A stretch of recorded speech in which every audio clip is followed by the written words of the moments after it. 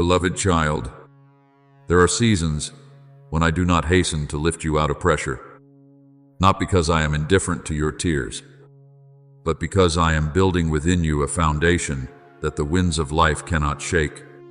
You often long for a smooth path so your heart may feel lighter. But I look deeper than temporary comfort.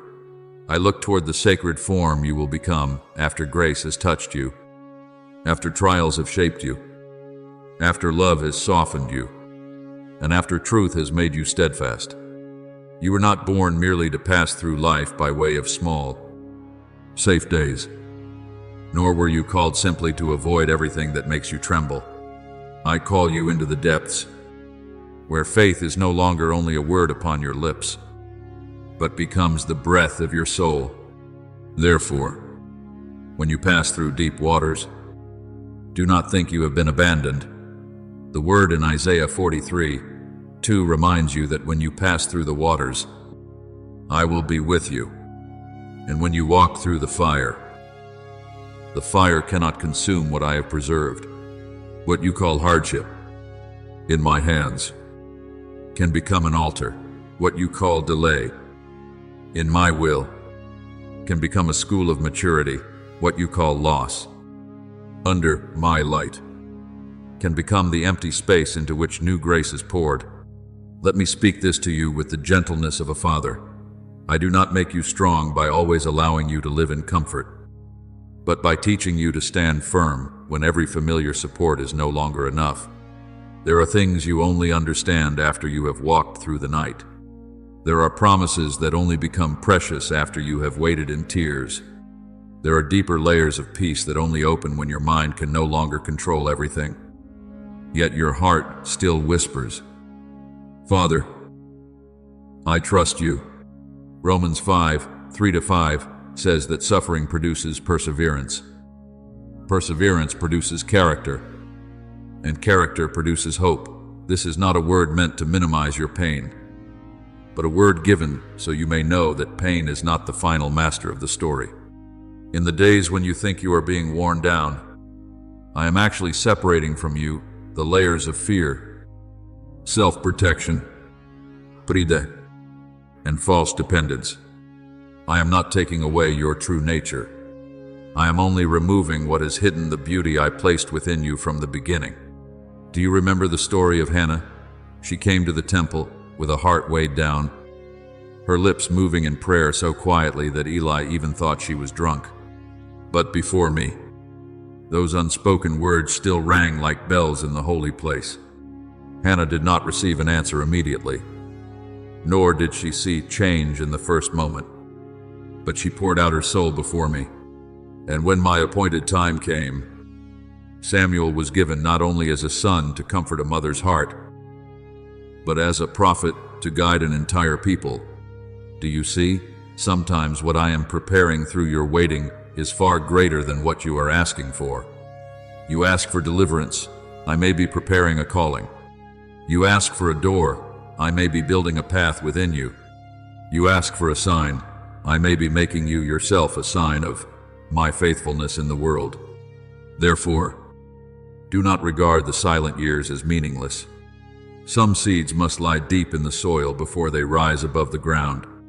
No one sees the roots growing, but I see. In the silence you thought was distance, I have still been nearer than your breath.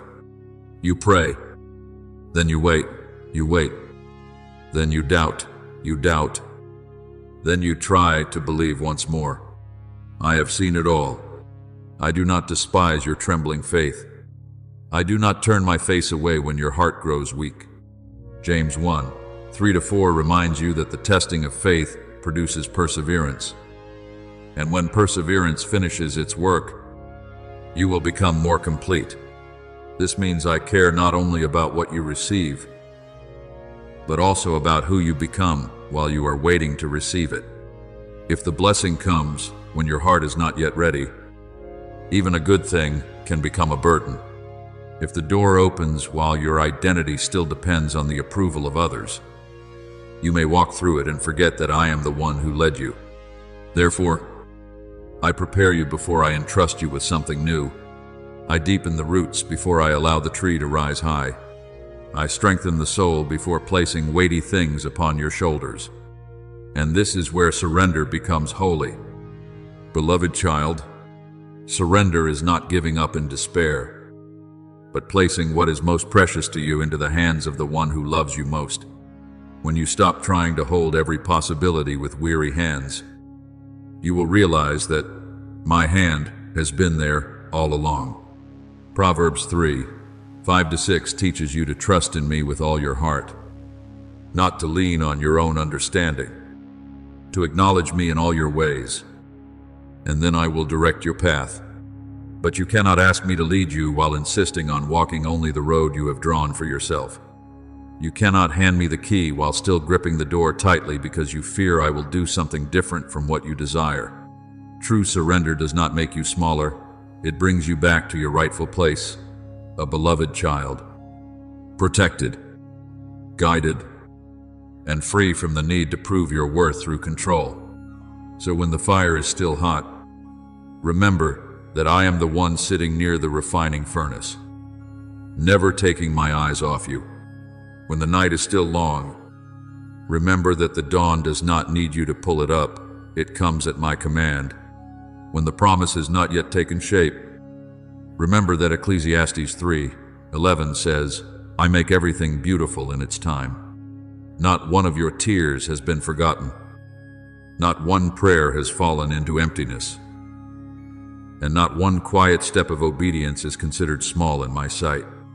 I am healing the places you once kept hidden, renewing your mind, and restoring within you the identity that pain once blurred. You are not only someone who survived the storm, you are someone I have taught to sing in the storm. You are not only someone waiting for a blessing, you are someone being transformed to carry blessing. Rest your heart. My child, what I am doing within you is deeper than what you can see, holier than what you can understand, and more beautiful than what you ever dared to ask for. Beloved child, quiet your heart and hear me speak to you in this hour. Not one of your steps falls outside my care. There are times when you think you are passing through a dry land, where there is no longer the sound of a stream, no shade, and no sign that life is still continuing.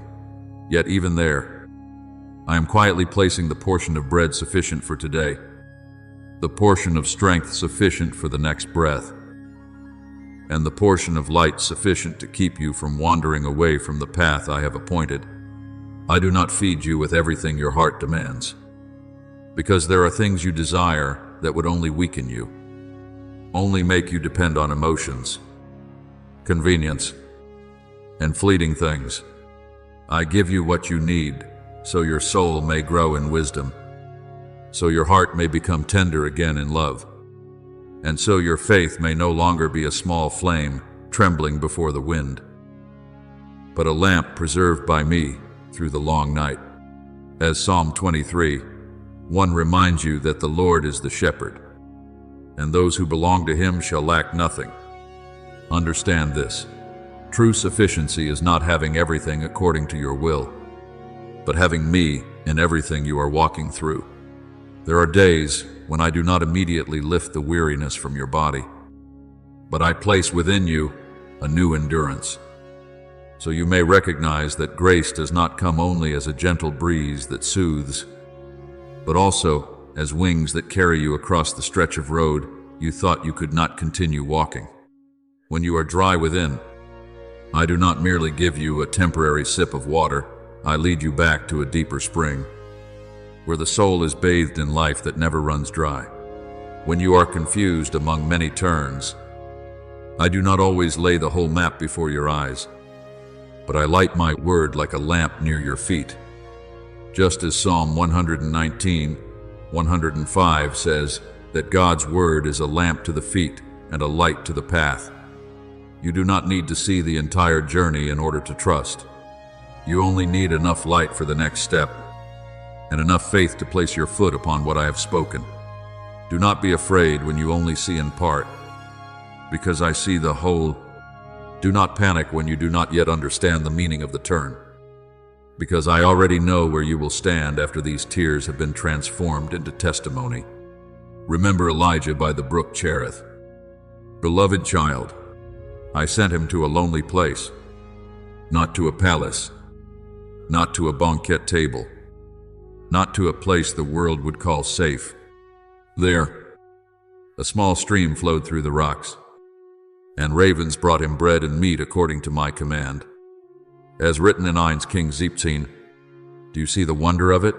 I can use a wilderness place to feed the one I love, use the unexpected to provide for the one I have sent, and turn isolation into a place where holy dependence is deepened.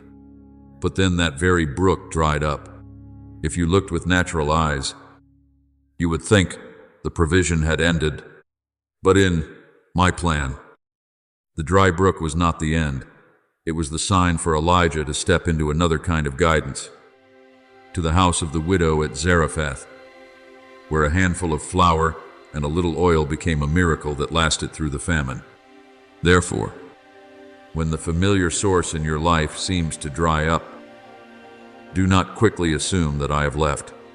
Perhaps I am only moving you from one form of grace into another form of grace, so you may know that the true source is not in the brook, not in people, not in circumstances, but in me. Beloved child, you often hope that faith will bloom in peaceful days, but the most mature faith often takes root in the place where your eyes have nothing left to hold on to except my promise. When everything is clear, it is easy for you to say that you believe, but when the heavens are silent, when prayer seems to have received no answer, when the door remains closed, when even those who support you cannot fully understand what you are enduring, that is when faith begins to be refined. Hebrews 11:1 says that faith is the assurance of what is hoped for, the evidence of what is not seen. This means faith does not demand that the darkness disappear completely before it takes a step, but places its foot upon my faithfulness, even when there is still mist ahead. You are not stepping into a meaningless emptiness. You are walking upon the foundation of my spoken word. And that foundation does not tremble, though the world changes, though your emotions rise and fall, and though your circumstances have not yet shifted according to what you have prayed for. I know there are times when you grow weary from waiting, times when you wonder whether your prayers have dissolved into silence. But no, my child, not one of your sighs has been forgotten. There are answers I hide within the process, not placing them immediately into your hands, because I am preparing your hands to hold them without losing humility. There are blessings I delay not to hurt you, but to deepen you. Philippians 1:6 reminds you that he who began a good work in you will carry it on to completion until the day it is finished. Therefore, do not measure my love by the speed of change. I do not hurry according to human impatience. I work like the holy craftsman, patient, precisi, gentle yet powerful, touching every hidden corner of your mind, healing every fracture in your heart, and calling back every part of your identity that fear once caused you to lose. And remember this, I never promised that this road would always be smooth, but I did promise that I would be with you. My presence is more precious than a road without stones. My grace is stronger than a life without trials. When Paul pleaded for the thing that caused him pain to be taken away, I said that my grace was sufficient for him. For my power is made perfect in weakness, as revealed in 2 Corinthians 12:9. Do you see? I do not always remove weakness from you, but I enter that very place of weakness so that my power may be revealed through your humility. What you thought was a limitation can become a window through which others see my light. What you once felt ashamed of can become the place where my mercy touches many other souls. So keep walking, beloved child, but do not walk as one who has been abandoned. Walk as one who is being led. Do not seek shortcuts that keep your soul from growing into maturity. Do not hate the difficult seasons. because within them I am writing the lines of grace upon you. One day, when you look back, you will not only see storms, valleys, tears, or confusing turns. You will see how my hand joined all things into a holy picture. You will understand that I used even what you did not choose to draw you closer to my image. And when this journey reaches its fullness, you will not only say that you overcame, you will say that you were renewed, preserved, loved to the very end, and transformed by the very one you call Father. Beloved child, stop allowing your soul to be pulled away by noises that do not nourish your spirit. There are sounds outside that seem very loud, but they only make you confused. My voice often comes gently, like a breeze passing through the deepest hidden place of your heart. Therefore, before you seek a new answer, before you demand a greater sign, return to the place of stillness in me. It is there that you will remember what your heart once knew so clearly. My word is not merely lines of text to read through, but living light to guide you forward. Psalm 119:105 says that my word is a lamp to your feet and a light to your path. That lamp does not always illuminate the whole road ahead so that you no longer need to trust, but it is always bright enough for the next step, warm enough for a soul that has grown cold, and steady enough for a trembling heart. When you see every path seemingly closed, do not quickly conclude that I have fallen silent. Sometimes it is precisely in the moment when every other voice fades that you finally begin to hear what I have been whispering for a long time. I know the days when you are weary from holding yourself together. I know there are questions you have hidden behind a smile, prayers you could not even form into words before your tears had already spoken them for you. But, my child, do not mistake heaviness as a sign that you have been forsaken. Many times, the burden is only a gentle bell calling you back closer to me, reminding you that you were not created to carry the whole world upon your small shoulders. When my only begotten Son said in Matthew 11:28, "Come to me, all you who are weary and burdened, and I will give you rest." It was not a distant invitation meant for someone else, but a word meant for you in this very hour. Come, without needing to prepare an appearance of strength, without needing to dry all your tears, without needing to prove that you are worthy. Come as you are, tired, honest, weak, yet still loved. For in my arms, your weakness is not despised. It becomes the place where my grace lays down new strength. Perhaps you have asked many times why you must walk through this stretch of road, why a pain has lasted longer than you expected, why the answer has not yet come, even though you have prayed with all your heart. I do not condemn you for those questions. A child who is hurting often asks not because of rebellion, but because they are searching for the Father's hand in the darkness. But I want you to understand that not everything I do appears immediately before your eyes. Some of my works take place in the depths, like a seed buried beneath the soil, quiet and unhurried, yet silently breaking open so new life can begin. James 1:2-4 reminds you to consider trials an opportunity for faith to produce perseverance, and for perseverance to make you mature. That word does not deny your tears. It places your tears within a greater meaning. I do not use pain to destroy you, but I use that very place of pain to remove from you what does not belong to the light, to refine your heart into pure gold, and to teach you a kind of faith that does not depend on the weather of circumstances. Remember the two disciples on the road to Emmaus after Jesus had been crucified. They walked with heavy hearts and sorrowful eyes, thinking that hope had been buried in the stone tomb. They spoke about everything that had happened, yet they did not recognize that the risen one was walking right beside them. Then he opened the scriptures to them, explained what had been written, And when the bread was broken, their eyes were opened. Luke 24 tells that their hearts burned within them while he taught them along the road. Do you see? Sometimes I am closer to you than you realize. But disappointment clouds your eyes.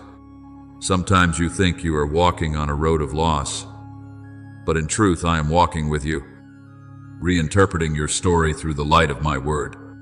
When you return to the word, you do not merely receive information, you encounter the one who is living. You do not merely understand a few more lines of text. Your heart is warmed again. Your hope is awakened again. And your spiritual eyes are open to recognize that I have never left you. Therefore, when you read my word, do not read it as someone looking for a beautiful saying to soothe your emotions for a moment. Read it as someone placing your hand into mine in the midst of a great wind. Let every promise enter the places of your fear. Every holy command realign the crooked patterns of your thinking. And every story in Scripture shine upon the story of your life. Hebrews 4:12 says that my word is living and powerful, sharper than any two-edged sword. This means the word does not lie still upon the page, but enters the deepest hidden places, separating what is true from what is false, healing what has been wounded, and awakening what has fallen asleep. When you feel your strength is exhausted, my word will remind you that those who wait upon me will renew their strength, as Isaiah 40:31 has promised. When you feel lonely, my word will remind you that I will never leave you nor forsake you. When the future feels dim, my word will remind you that I know the thoughts I think toward you, thoughts of peace and not of disaster, to give you a future and a hope. Do not let the changefulness of people make you doubt my steadfastness. Do not let days without answers cause you to forget that my promise still stands firm like a holy mountain. Heaven and earth may pass away, but my words will not pass away. As Matthew 24:35 has declared, what you see today may change color according to circumstance, but what I have spoken over your life cannot be erased by the winds of this world. If you are in the wilderness, my word will be the underground stream. If you are in the night, my word will be the star that does not go out. If you are in a season of letting go, my word will teach you that losing what no longer belongs to you can also be the way I open your hands to receive something better. You do not need to understand everything in order to trust. You only need to know that the one who is leading you is faithful. Therefore, my beloved child, lay your burdens down before me, little by little. Lay down the fear that you will not be strong enough. Lay down the need to control every outcome. Lay down the voices that make you think you have been forgotten. I am here, not far away at the end of the road, but right within your present breath. I am touching the deepest part of you where you thought no one could see. I am mending what has been cracked, softening what has become hardened, and rekindling the light where you thought it had gone out. Return to my word each day as you would return to the source of life. Let that word wash your mind, uphold your soul, and guide you through the fog with a peace that does not come from the world. Then you will see that darkness has not won. Tears are not the final chapter, and silence is not evidence of absence. It is in the silence that I am teaching you to hear more deeply. It is in the trial that I am making you stronger. It is in my word that you will find the way back home, where my love still burns bright, gentle, holy, and never fading. Beloved child, bring your weary heart close to me, not as one who must hide the cracks, but as a child who knows there is still a home to return to. I do not require you to be joyful before entering my presence, nor do I demand that you be strong before you may lean against my heart. Come with the sorrow still in your eyes, with the questions still trembling in your chest, with the things you do not know how to name except through a sigh. I understand even what you cannot yet speak. For Psalm 56, 8 reminds you that I keep record of your wanderings and store your tears in my bottle. Not one of your tears falls and is treated as insignificant. Not one long night you pass through is unknown to me.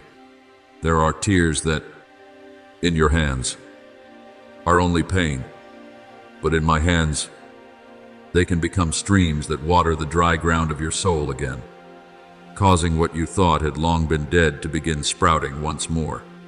Do not think that I only come to you when you are composed, clean, peaceful, and worthy. My love is not a reward for your perfection. It is the holy strength that lifts you out of the places you cannot escape on your own. You once thought you had to do well enough before I would embrace you, that you had to overcome every weakness before I would be pleased with you, that you had to fix your life before I would step in. But my child, I do not stand outside the door waiting for your house to be clean. I enter so that I may help you clear the dark corners, wipe away the dust covering your hope, and touch the wounds you have tried to hide beneath the ordinary surface of each day. Romans 5:8 says that while humanity was still sinful, the love of Christ was revealed. This means grace does not begin after you have become beautiful enough, but begins right in the place of your brokenness, so that from there I may create a new beauty. There are broken pieces in your hands that frighten you, because they were once dreams, once promise, once things you believed would remain forever. You look at them and think, the story is over. But I look at them and see the material for building another testimony. I am the one who does not waste sorrow. I do not let ashes remain, only ashes. If you place them in my hands. Isaiah 61:3 speaks of giving a crown of beauty instead of ashes, the oil of joy instead of mourning, and a garment of praise instead of a spirit of heaviness. This is not a beautiful decoration for easy days, but a promise for souls that have walked through loss. I can take what once made you bow your head and turn it into the place where you learn to look up. I can take the past that once wounded you and use it as the foundation for mercy to grow more mature, deeper, and gentler within you. Remember Paul and Silas in the prison at Philippi, when their bodies were aching from the lashes. Their feet were fastened in stocks, and the night fell heavily like a wall with no way out. If seen through fleshly eyes, it was a place where there was no reason left to sing. But Acts 16 tells that around midnight, they prayed and sang praises to me. And then the foundations of the prison were shaken. The doors opened, and the chains fell off. Do you see? Praise in the darkness is not a denial of pain. It is a declaration that pain has no right to reign over your soul.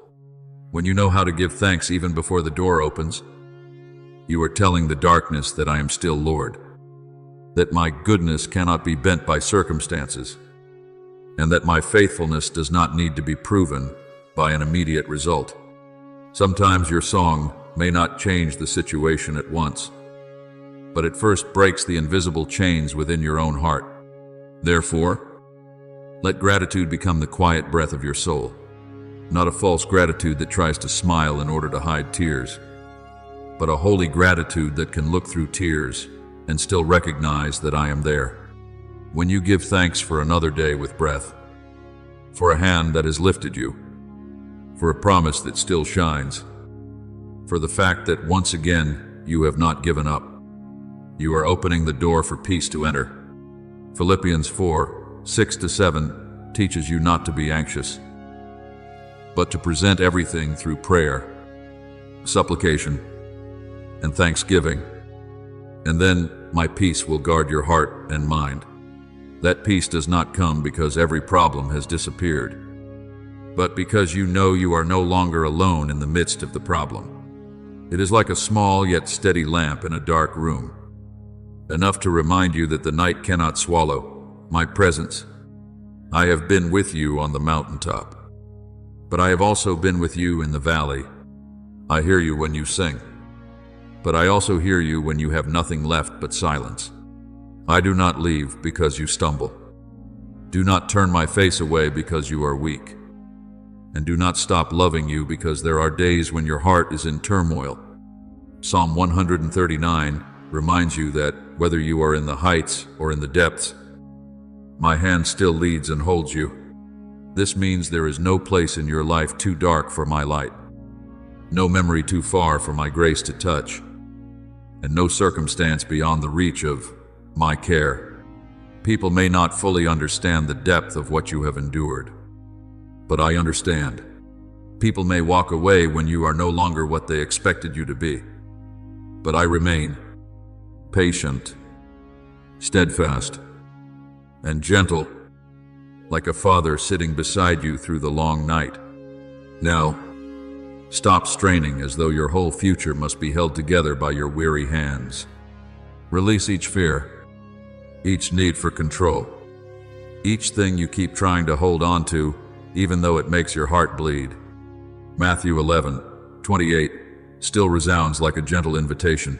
Come to me, all who are weary and burdened, and I will give you rest. Resting in me is not abandoning your life. It is handing the control back to the one who has never made a mistake.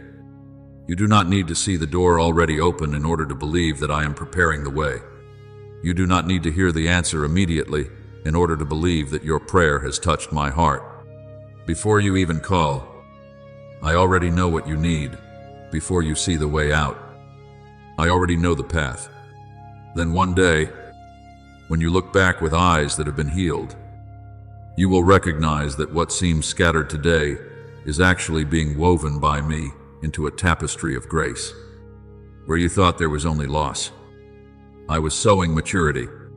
Where you thought there were only tears, I was digging a deep stream. Where you thought you had been forgotten, I was quietly covering you with unchanging love. Romans 8:28 reminds you that all things work together for good for those who love me. And you will see that this is not merely a familiar saying, but a truth engraved upon your very life. Trust my hand, because that hand does not tremble before the future. Trust my heart, because that heart does not grow weary in love. Remain in me, beloved child, so that every sorrow may be turned into depth, every wound into light, and your whole life may become a gentle song of grace that found you, lifted you up, and made you new again in my eternal love. Beloved child, before you look at the wind rising around you, look again at the one who is with you in the wind. Before you count the mountains, before you remember that my hand formed the heavens and the earth. There are times when you think you are only a small soul in a world too vast, a fragile sigh among so many noises. But I want you to know that you do not walk by your own strength, nor have you been sent out in emptiness. Before you even realized you would need strength, I had already planted within you the seeds of courage. Before the darkness fell, I had already placed in your hand the lamp of my word. Therefore, do not call yourself weak, according to the way the world defines weakness. You may tremble, but you are not abandoned. You may not yet see the distant road, but you are being led. You may feel small, but my Holy Spirit within you is not small. He is the breath of power, the holy fire, the gentle yet unconquerable presence in the deepest place of your heart. Let my word become the light that goes before you, and do not let fear become the shadow that pulls you backward. When my only begotten Son said, I am the light of the world, whoever follows me will not walk in darkness, but will have the light of life. As John 8:12 declares, that word was not only for the days when you are at peace, but also for the hours when you are most confused. That light is not the noisy brilliance of the world, but a holy brightness sufficient to distinguish what is true from what is false, what comes from me, from what is born of confusion. When you allow my word to shine into your mind, lies will lose their power. When you allow my word to touch your heart, old cold places will be warmed again. When you allow my word to guide each step, You will learn that true peace does not depend on every question already having an answer, but comes from knowing whose hand is holding yours. Do not forget that I never call you without preparing you. I do not bring you before the Red Sea, only to turn my back on you. I do not allow you to face the storm, only to leave you sinking in fear. What you need does not always appear before your eyes as a great miracle, but many times it has already been quietly placed within your heart, a promise you once read, a patience you once learned, a drop of grace you once received, an ability to rise again after many falls. As 2 Timothy 1:7 reminds you, I have not given you a spirit of fear, but of power, love, and self-control. Understand that the strength I have placed within you is not meant to make you hard and unfeeling, but courageous and still tender, steady and still kind, watchful and still peaceful. Power is not separated from love. Love is not separated from wisdom, and self-control is not the act of straining yourself, but allowing the Holy Spirit to keep your heart from being swept away by chaos. There is a story I want you to remember when your eyes can see only the surrounding siege. Elisha and his servant were once in the city of Dothan. When the enemy surrounded them with horses and chariots of war, the servant looked out and was terrified, because what his natural eyes saw was only danger. But Elisha prayed, "O Lord, open his eyes, that he may see." And in 2 Kings 6, the servant's eyes were opened, and he saw the hills full of horses and chariots of fire surrounding Elisha. Do you see? The circumstance did not change immediately in that moment, but his vision was healed. The enemy was still there, but a greater truth was also revealed. The forces that belong to me are always greater than what is standing against you. Therefore, when you feel surrounded by pressure, lack, confusion, or accusation, ask me to open the eyes of your soul. What you see is not the whole reality. There is protection you have not yet recognized, an arrangement you do not yet understand, and heavenly armies of grace standing quietly around your life. So do not let the noise of the world give you your name. Do not let old failures call you defeated. Do not let the words of others dim the voice I have spoken over you. You were not formed by fear. You were created in love. You were not called to be a prisoner of circumstance. You were called to carry light into the very places where circumstances seem darkest. Isaiah 41:10 says, "Do not fear, for I am with you. Do not be dismayed, for I am your God." And that word is not a decoration for courage, but the rock beneath your feet when the ground trembles. When the world says you are not enough, I say, my grace is sufficient. When your limits appear most clearly, my power has the deepest opportunity to shine. When you stop trying to prove that you are strong, you will begin to taste the strength that comes from heaven. The things you are facing are not the final wall, no matter how high and cold they may seem right now. Many times, what you call an ending is only the door I am opening into a deeper level of grace. You see brokenness, but I see material for rebuilding. You see tears, but I see seeds falling into the ground so that one day they may produce a harvest of joy. Psalm 126:5 reminds you that those who sow in tears will reap with songs of joy. That word does not deny the pain you have endured, but places that pain into the hands of the one who knows how to turn ashes into beauty. Do not rush to conclude your story while I am still writing. Do not call the valley a burial place when I can turn it into the place where the first song is lifted after a long season of silence. Every wound, when entrusted to me, will no longer be only a mark of pain, but can become a window through which my light shines. Every time you fall, if you allow me to lift you up, it will become a lesson in faithfulness, showing that grace does not only find you when you are standing strong, but also embraces you at the very moment you think you no longer have enough strength. Remember Gideon, my child, the one who once hid in the winepress to thresh wheat because he feared the Midianites. In his own eyes, he was small, his family was weak, and his future was covered by threat. But when my angel came, the first word did not call him by his fear, but by what I saw. The Lord is with you, mighty warrior, as written in Judges 6:12. Do you see? I do not look at you according to the size of your present circumstances. I look at you according to the purpose I have placed within you. Gideon did not step out because he suddenly became perfect. He stepped out because my word was stronger than the voice of fear within him. And I do not need a large army to reveal my power. I used a small group so that my people would know that victory does not come from numbers, weapons, or human ability, but from my hand. When you see yourself as little, trembling, and not enough, remember that this may be the very place where I want to reveal my glory. I do not demand that you become someone else before I use you. I call you, and then I transform you along the journey of obedience. Therefore, do not rely on your own strength, as though it were a well that never runs dry.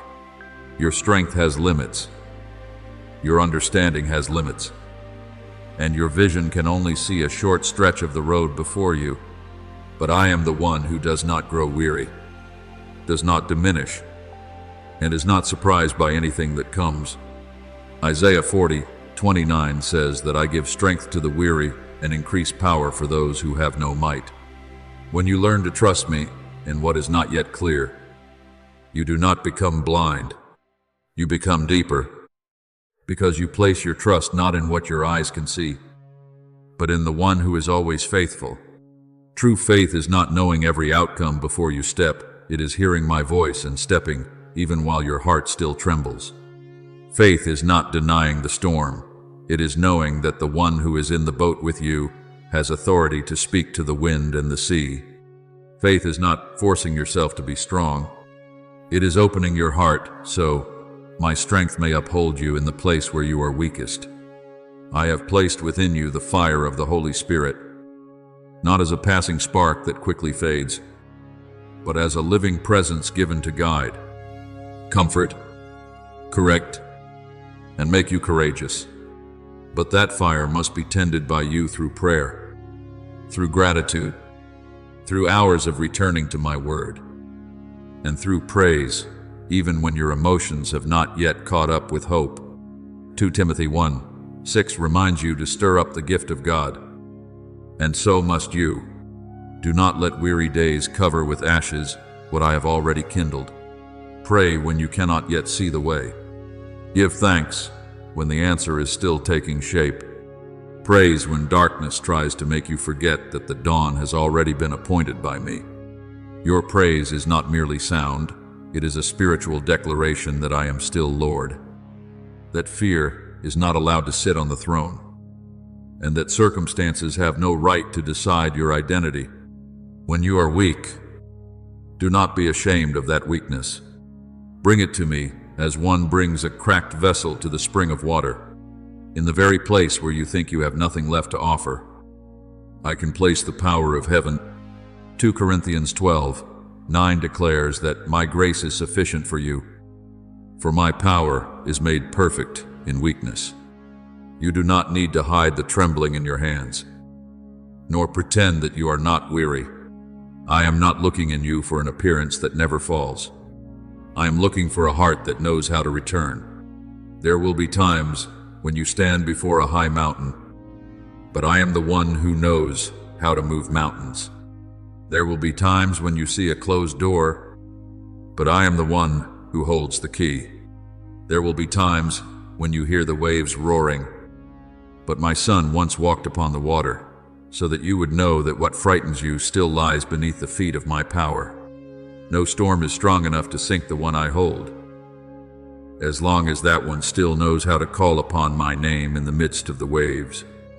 So rise, not with pride, but with the peace of one who knows they belong to me. Walk with your head lifted, not because you have never been hurt, but because pain is no longer your master. Forgive when I teach you to forgive, because the love within you is stronger than the old wound. Choose righteousness when no one is watching, because my eyes are always there. Let the Holy Spirit lead you, so that you are not swept away by praise or criticism, not defined by failure, and not imprisoned by what is past. Romans 8:14 says that those who are led by the Spirit of God are the children of God. Therefore, live as a child of the light, knowing that you have a Father, a home, a mission, and help from heaven above. The journey ahead does not require you to be perfect. Beloved child, it only invites you to trust more deeply, listen more carefully, obey more tenderly, and stay closer to me. Every step you take in faith may seem small in the eyes of the world, but in the spiritual realm, it is the echo of a soul choosing me instead of fear. When you breathe, remember that I am still giving you life. When you walk, remember that I am walking with you. When night falls, remember that my light does not go out. You are not alone on this road. You are being covered in my love, lifted by my strength, led by my Holy Spirit, and brought toward a future that grace has already prepared. Move forward, for I am with you, and wherever I lead, you will become a testimony that my love never fails. Beloved child, let your heart become still before you look at a world that is moving too quickly. There are days when you hear so many voices that you forget mine, the voices of praise and criticism, comparison, anxiety, and the pressure to become great according to human standards. But I did not place you in this age so that you would be swallowed by that noise. I placed you here as a small but genuine lamp, as a breath of peace in rooms filled with unrest, as a gentle sign that heaven is still touching the earth. Matthew 5:14-16 reminds you that you are the light of the world, and that this light is not lit in order to be hidden, but so that people may see your good works and glorify the Father in heaven. Therefore, do not underestimate a kind word, a moment when you choose silence instead of a bitter reply, a gaze filled with compassion, or a hand that lifts someone whose heart is weak. In the eyes of the world, these things may seem small, but in eternity, they are seeds I sow through your life. Many times, you have quietly asked whether you are enough, whether your presence has meaning, whether the things you do in secret are seen. I hear even those questions, even when you do not dare to speak them aloud. But my child, I do not measure your worth by applause, position, the number of people who recognize you, or outward brilliance. I look at a heart that knows how to obey.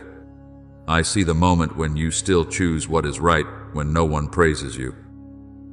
Still choose love when your own heart is hurting. And still choose faithfulness when the result has not yet appeared. Hebrews 6:10 says that I am not unjust to forget your work and the love you have shown for my name. No good deed done in love is lost. No tear sown in faith is forgotten. No quiet day lies outside my remembrance. Remember Esther, beloved child. She entered the palace without fully understanding everything that would happen. Nor did she know that her position would one day become the bridge that saved her people from disaster. Perhaps there were times when she thought she was simply in a strange and lonely situation, having to remain silent and wait. But when the appointed time came, Mordecai told her that perhaps she had come to royal position for such a time as this. As recorded in Esther 4:14, do you see?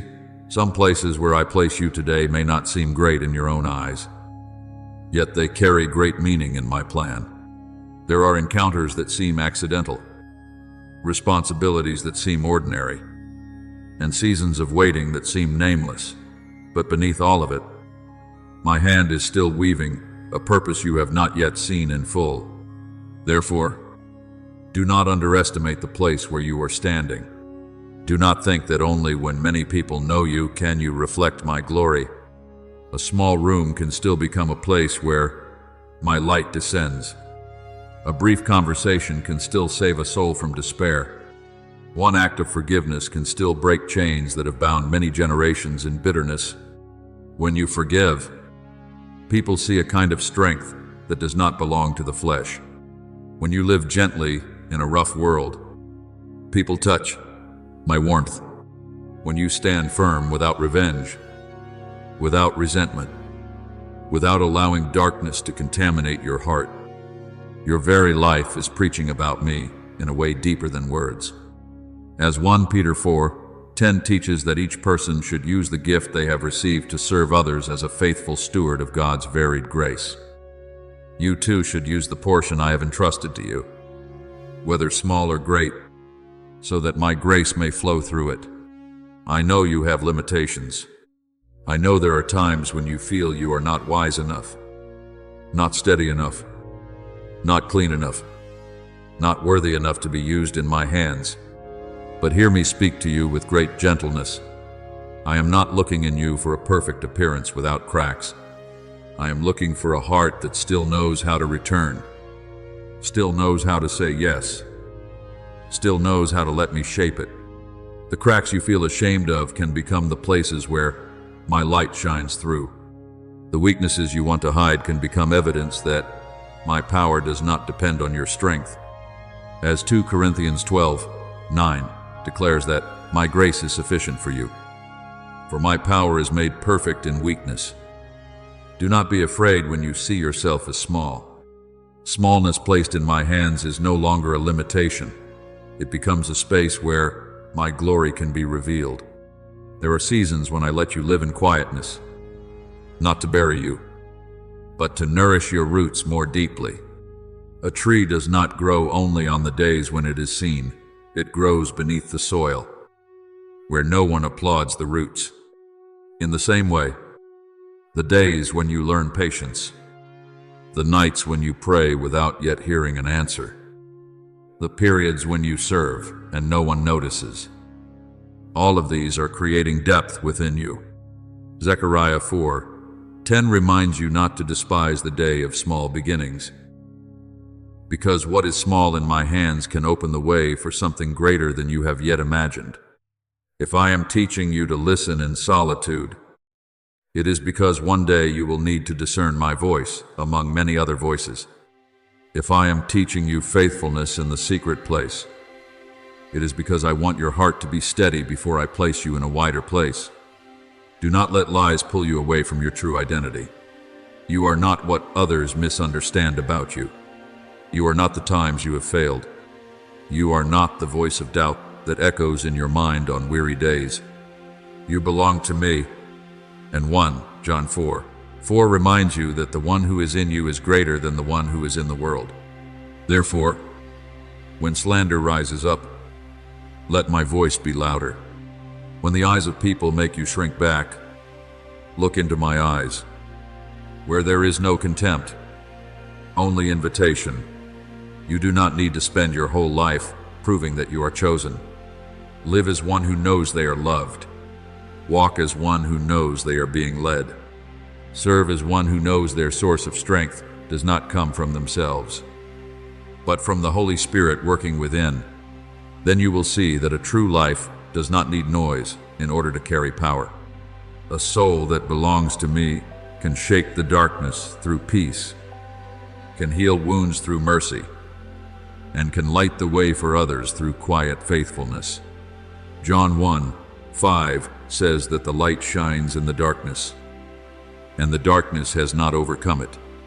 So keep shining, my child, not through boasting, but through the purity of love. Keep sowing, even when you have not yet seen the harvest. Keep speaking words that lift others up, even when the world is accustomed to words that wound. Keep standing firm in truth, even when many run after what is easy. I am in you, walking with you, working through you. And one day, when you look back, you will understand that the seemingly small things you did in love were the bright strokes I used to write, my story of redemption among humanity. Beloved child, pause in the stillness of your heart, not to regret what is past, nor to count each wound again like old sentences pronounced over you, but to recognize that I was there in every part of the road where you thought you had to walk alone. There were seasons when you saw only storms, but I saw a soul learning to stand firm.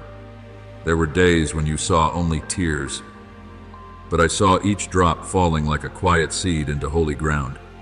There were moments when you thought your life had become nothing but silence. Yet, in my hands, that silence became the necessary rest for the symphony of grace to rise more deeply. Romans 8:28 reminds you that all things work together for good for those who love me.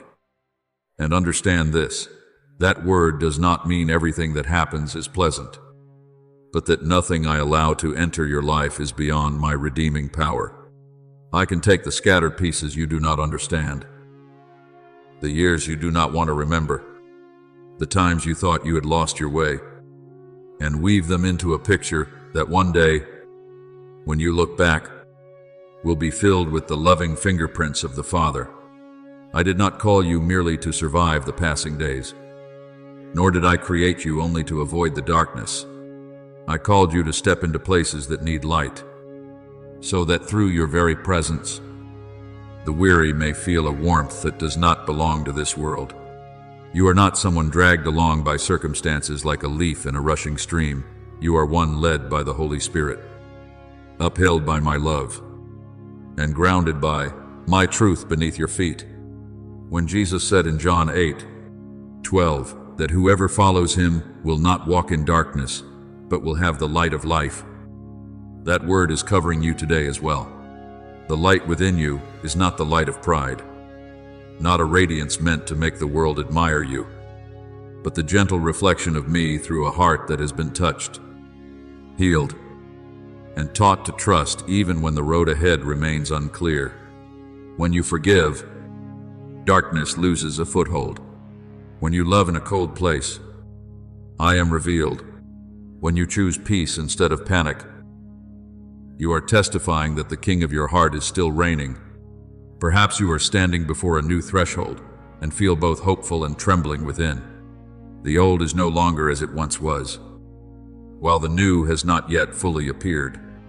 But, my child, do not fear the doorways to which I lead you. Remember the people of Israel when they stood before the Jordan River. After long years in the wilderness, the promise was near. Yet between them and the new land, there was still a river to cross. I did not tell them to sit and wait until everything became easy. I commanded the priests carrying the Ark of the Covenant to step into the water first. And when their feet touched the river, the waters stopped, as written in Joshua 3. Do you see? Many times, the miracle does not open before you believe, but opens when you obey and take the first step. I do not demand that you understand the whole map. I only invite you to follow my presence. Just as the Ark of the Covenant went before the people, my presence also goes before you, opening a way where you thought there was no way, and holding you in the middle of waters you once feared would sweep you away. Therefore, do not let tomorrow become the burden of today. You were not created to hold everything that has not yet happened and call it responsibility. Matthew 6:34 reminds you not to worry about tomorrow, for tomorrow will worry about itself. That word does not teach you indifference, but teaches you to trust that I am the one who has already been in the future before you ever set foot there. You only need to hold my hand in this present moment. When you look at the storm, your heart will waver, but when you look at me, you will learn a rest that does not depend on the surface of the sea. Philippians 4:7 speaks of the peace that surpasses all understanding, guarding your heart and mind in Christ. That is the peace I give. A peace that does not require circumstances to be perfect before it can be present, It comes like a watchman standing before the door of the soul, not allowing fear to enter freely and rule over you. I know you have been exhausted from trying to be strong. I know there have been seasons when you smiled at others while inwardly wondering how much longer you could endure. But hear me speak with the voice of a father. I have never loved you less in the moments when you were tender and weak. I am not only with you on the mountaintop, when praise rises easily and everything is bright, I am also in the valley, where you walk slowly, breathe heavily, and sometimes have only enough strength left to call my name. Isaiah 43:2 declares that when you pass through the waters, I will be with you. When you pass through the rivers, they will not sweep over you. When you walk through the fire, you will not be burned. This is the covenant of presence, not a promise of a life without fire, but a promise that fire does not have the authority to decide your ending. Remember that your future is not written by anxiety, not determined by the words of people, and not sealed by the times you have stumbled. Jeremiah 29:11 reveals that my thoughts toward you are thoughts of peace, to give you a future and a hope. But my hope does not always come as a flower-strewn path. Sometimes it comes as strength for you to keep walking while the ground is still uneven, as a small light enough to guide you through a long night, as quiet courage for you to choose what is right when no one is watching. I have written upon you a story not meant to make you stand out according to the ways of the world, but so that your life may become a testimony that grace can transform a soul from within. So rest, my child. Lay down the need to control every outcome. Release from your hands the things you were never assigned to carry. Let me hold tomorrow, while you remain faithful with the step before you today. Psalm 23 says that I lead you beside still waters and restore your soul. So when your heart runs dry, return to me, and do not run toward the noises that only leave you emptier. When night falls, remember that you are not the darkness, you are one who carries light. When you feel small, remember that even a small light can break the darkness of a room. When you think that everything you do is insignificant, remember that in my hands, one act of love can become a doorway for someone else to encounter hope. Keep walking, not as one who has never been hurt, but as one who has been preserved by me through pain. Shine, not so the world may praise you, but so that people may recognize the one who lives within you. Matthew 5:16 teaches that your light must shine so others may see your good works and glorify the Father in heaven. That is your purpose, not only to overcome the storm, but to bring peace into the storm, not only to come out of the valley, but to become a testimony for those who are still in the valley, not only to survive, but to live renewed by my love. And when this journey opens into a new chapter, you will understand that the most precious thing you have found is not a more favorable circumstance, but me, the one who has gone before you, walked beside you, followed behind you, and will continue to lead you until everything I have begun in you is completed in glory.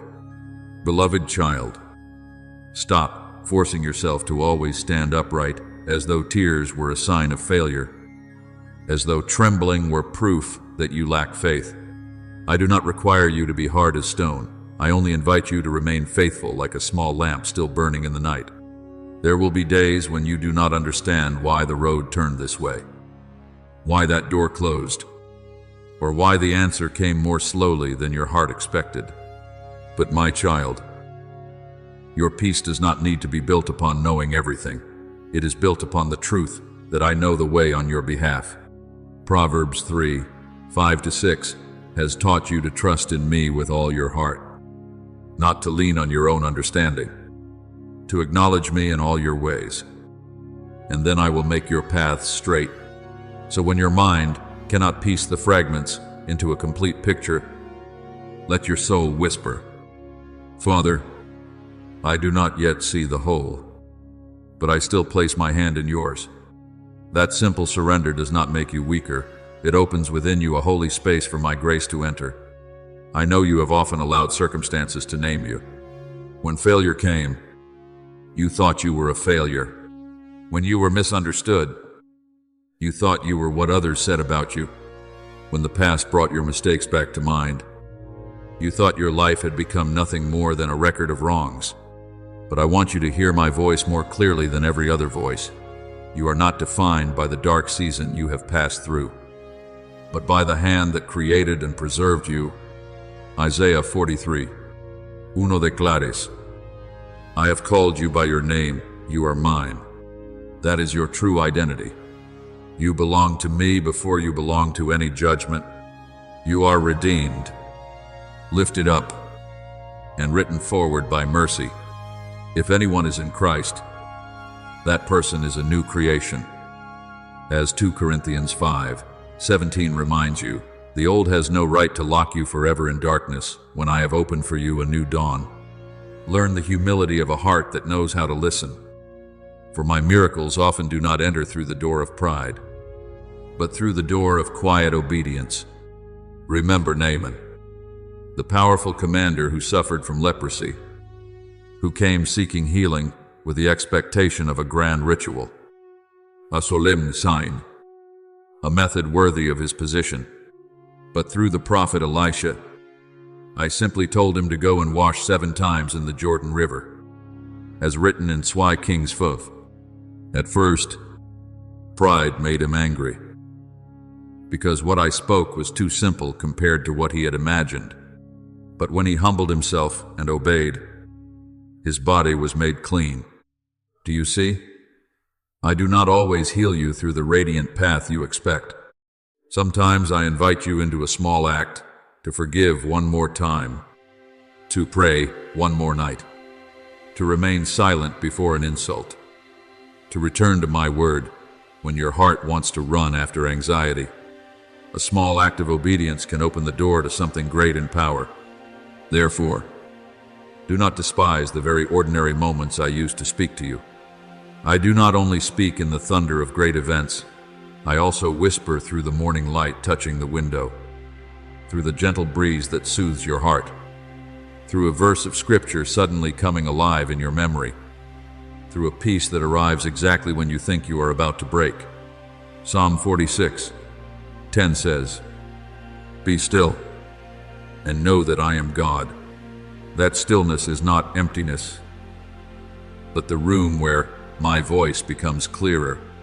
When you keep allowing your mind to be pulled away by fear, it becomes difficult for you to recognize my gentle guidance.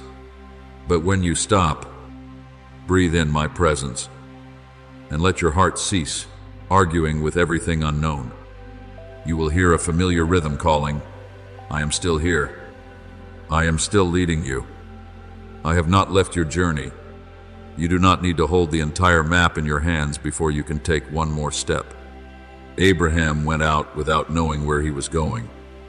But Hebrews 11:8 says that he obeyed by faith. True faith is not certainty about every detail, but certainty about the one who is calling.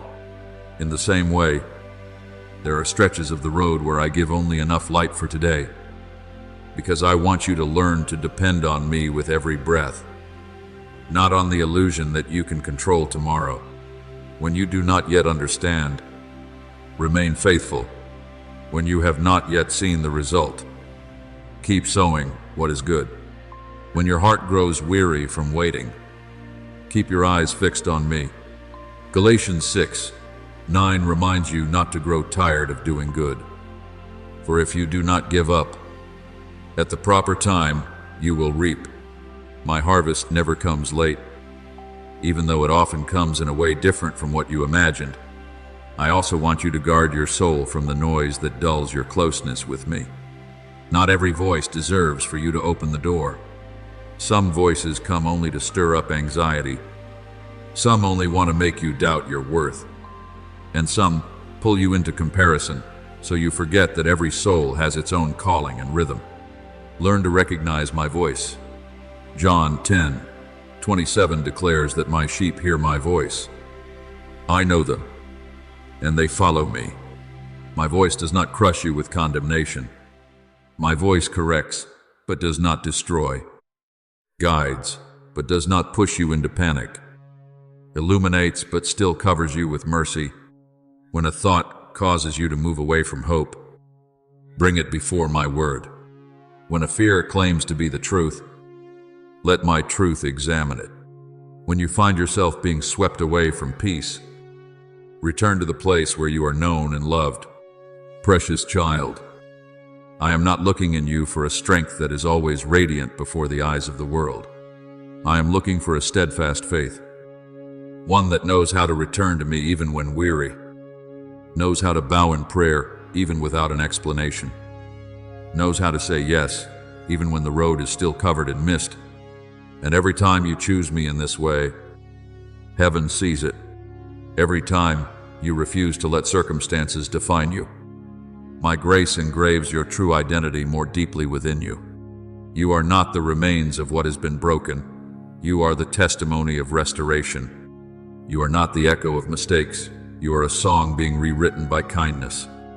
Keep walking in gentleness and courage. Hear me in the morning, in the quiet night, in your breath, in the living word. Then you will recognize this more and more clearly. I have never been far from you. You have never been abandoned. And the road ahead, though not yet fully revealed, is still held in the loving hand of the Father. Beloved child, let your soul stop condemning itself for the days when you no longer have enough strength to appear steady. I have never required you to become a mountain that does not tremble, nor have I demanded that you carry the appearance of strength in every season in order to prove that you have faith. What I seek in you is not a face that always remains calm before the storm, but a heart that still returns to me when the storm rises. There will be times when you tremble, times when you cry, times when you look at the road ahead and do not know how to take the next step. But, my child, faith is not knowing every answer. Faith is trusting the one who holds the map of your life. Psalm 37:5 reminds you to commit your way to me. Trust in me, and I will bring it to pass. That word does not tell you to solve everything by yourself, but invites you to place your burden into the never-failing hands of the Father.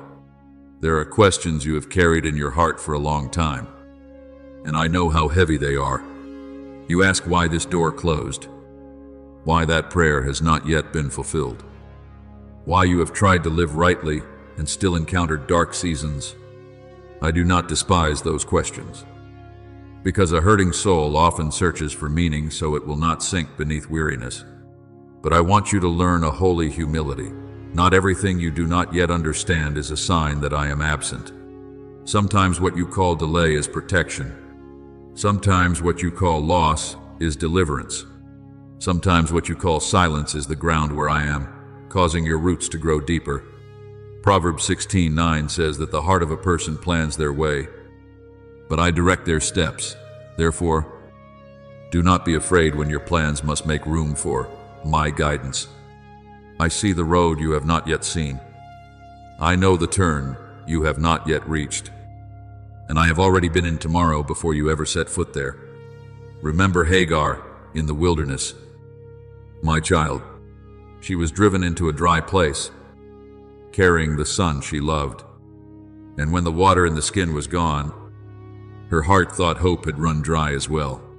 She placed the child under a bush and went away because she could not bear to watch him die. And her tears fell in a land where it seemed no one could hear. But Genesis 21 tells that I heard the voice of the child. Then the angel called to Hagar and opened her eyes so she could see a well of water nearby. Do you see? The water did not appear only at that moment, many times. What you need has already been placed near you by me. But pain has blurred your sight. I did not merely give water to Hagar, I reminded her that a cry in the wilderness still reaches heaven. In the same way, when you think you have been forgotten in a dry place, I still hear, still see, and still prepare life in the very place where you think only despair remains. Therefore, do not let circumstances become the only mirror through which you see yourself. If you see yourself through failure, you will think you have been rejected. If you see yourself through the words of others, you will be pulled back and forth by praise and criticism. If you see yourself through the past, you will think that what was broken has the right to name the rest of your life. But I have called you by a name deeper than every wound. Isaiah 43:1 declares that I have redeemed you, called you by your name, and you are mine. You do not belong to fear. You do not belong to old mistakes. You do not belong to the sentences you wrote against yourself in weary nights. You belong to me, and in my eyes, you are not the remains of what was lost, but holy ground where grace is rebuilding. What you once thought was an ending can become the beginning of a testimony of mercy. Guard your heart from the noises that make your soul forget the way home. Not every sound rising around you is worthy of your trust. There are voices that push you to hurry, to prove yourself, to surpass others, to become so strong that you are no longer allowed to be weak. But my voice is different. My voice does not crush you. My voice lifts you up. My voice may correct, but it always leads back to life. John 10:27 says that my sheep hear my voice. I know them, and they follow me. To hear that voice, you need holy spaces of silence. A morning when you place your heart before my word.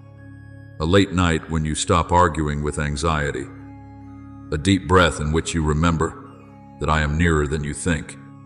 I can speak through scripture, through an unexpected peace, through light falling upon a new day, through someone I send at the right moment, through small things that hurried people would overlook.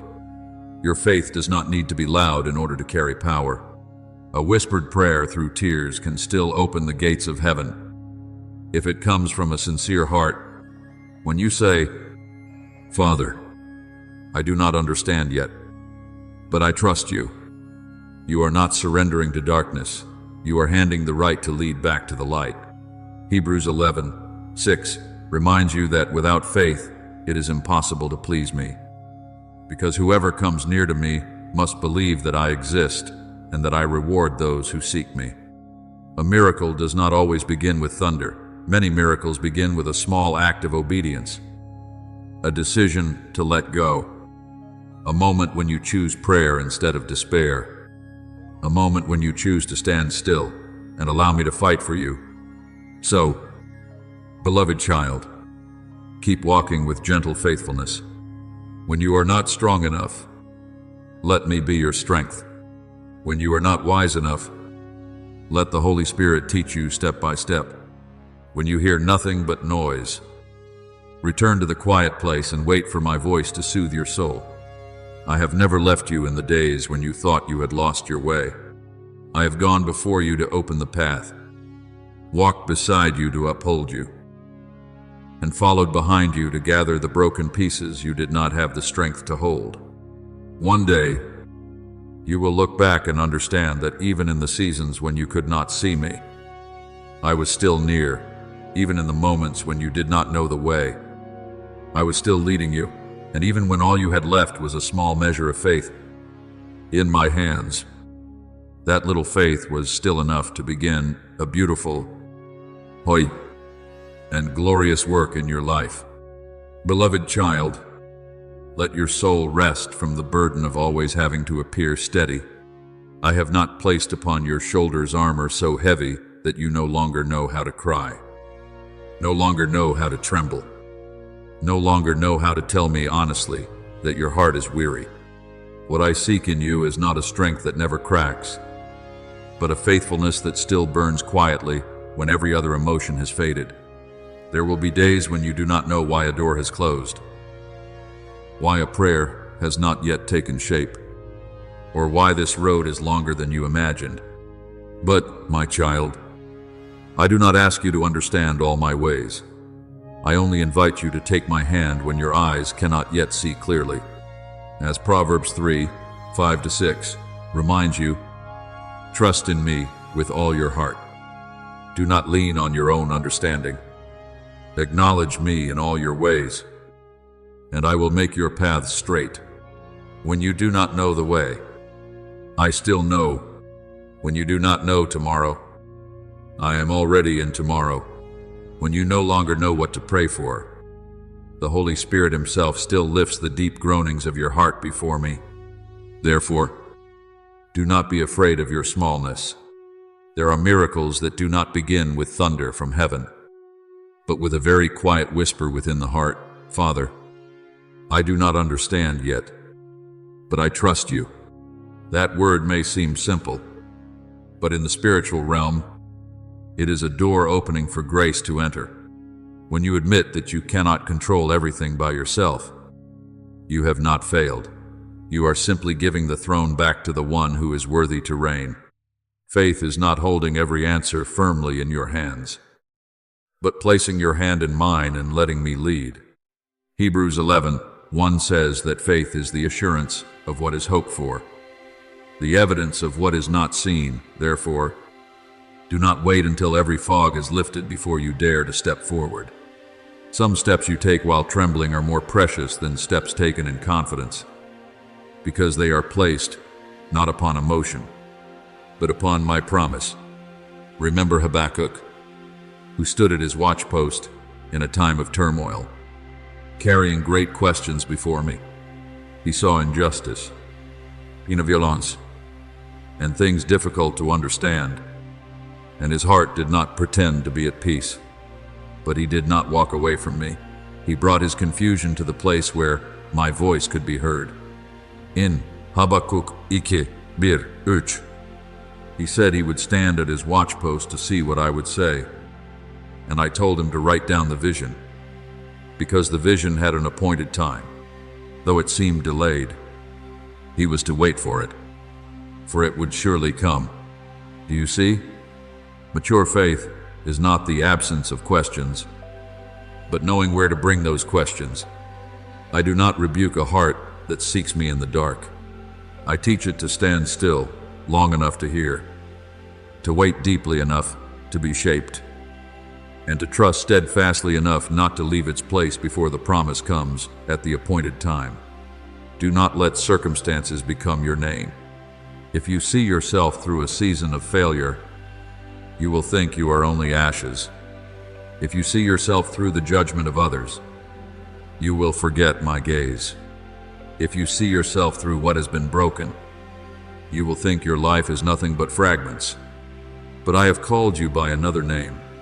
Isaiah 43:1 declares, I have called you by your name, you are mine.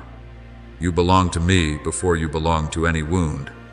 You are redeemed, rebuilt, and loved with a love that does not depend on your perfection. In my eyes, you are not what remains of old mistakes. You are living proof that grace can enter ruins and build a new home. You are not the echo of the past. You are a song of restoration that I am still writing line by line with mercy. Perhaps you have lived too long among noises that have made your heart weary. The world tells you to be faster, stronger, more successful, to prove more, to hide weakness more carefully. But my voice is not like the voice of the world. My voice does not force you to run until you are exhausted. My voice calls you home. My voice does not drive you into panic. My voice leads you into peace. When my son said in John 10:27 that my sheep hear my voice, I know them, and they follow me. That word reminds you that true communion begins with listening. Give me spaces of silence that are not torn apart by anxiety. Meet me in the morning, before the day has had time to lay its burdens upon your heart. Seek me in the quiet night, when the voices outside have grown still and your soul can hear again the rhythm of grace. I can remind you through a verse of scripture that comes alive at the right moment, through a ray of light falling across the window, through a breeze that softens your heart, through a person I send, and even through very small things that only a watchful heart can recognize. Let humility keep you close to me. When you say that you do not understand everything, yet still believe, You are stepping out of the prison of control. When you say that you are not strong enough, but I am enough, you are placing your weakness where my power can be revealed. 2 Corinthians 12:9 reminds you that my grace is sufficient for you, for my power is made perfect in weakness. So do not be ashamed when you see that you need me. Your need for me is the doorway into life. Only a vessel that knows it is empty can be filled. Only a heart that stops pretending can be healed. Only a soul that stops trying to save itself can taste the true deliverance that comes from the Father. So today, keep walking, not with the tension of someone who must protect their own destiny, but with the peace of someone who knows they are being kept. Be faithful in the small things. Pray when you have not yet seen a sign. Love while your heart is still learning to heal. Listen when the world is loud. Stand still when fear urges you to run toward panic. I have never left you in the days when you thought you had lost your direction. I have gone before you to open the way, walked beside you to lift you up, and followed behind you to gather the broken pieces you dropped along the road. Then you will realize that you have never walked alone. In every breath, every dawn, every long night, every silence that seemed meaningless, I was still there, gently calling your name, preserving you, and leading you back to the place where my love never goes out. Beloved child, I know there are nights when your heart hurts not only because of loss, but because you cannot understand how someone who was once so close could turn away as though they had never known your heart. I have heard the questions you did not speak aloud, the sobs you swallowed when the room was silent, the times you looked back over every memory and wondered where you had gone wrong. But my child, let me place my hand upon the deepest part of that pain and tell you this. You were not abandoned in the moment. You were wounded. When you thought only darkness was sitting beside you, I was there. Gentler than breath, closer than tears, quietly holding your soul so that you would not fall apart in disappointment. Psalm 34:18 declares that I am near to the brokenhearted and save those who are crushed in spirit. That word is not a distant idea, but a truth that covered you in the nights when you thought no one understood. There are departures that make your heart ache sharply, but not everything that leaves your life is truly a loss. Sometimes what you call being left behind is the very moment I am drawing you out of a place that had been quietly draining the life from within you.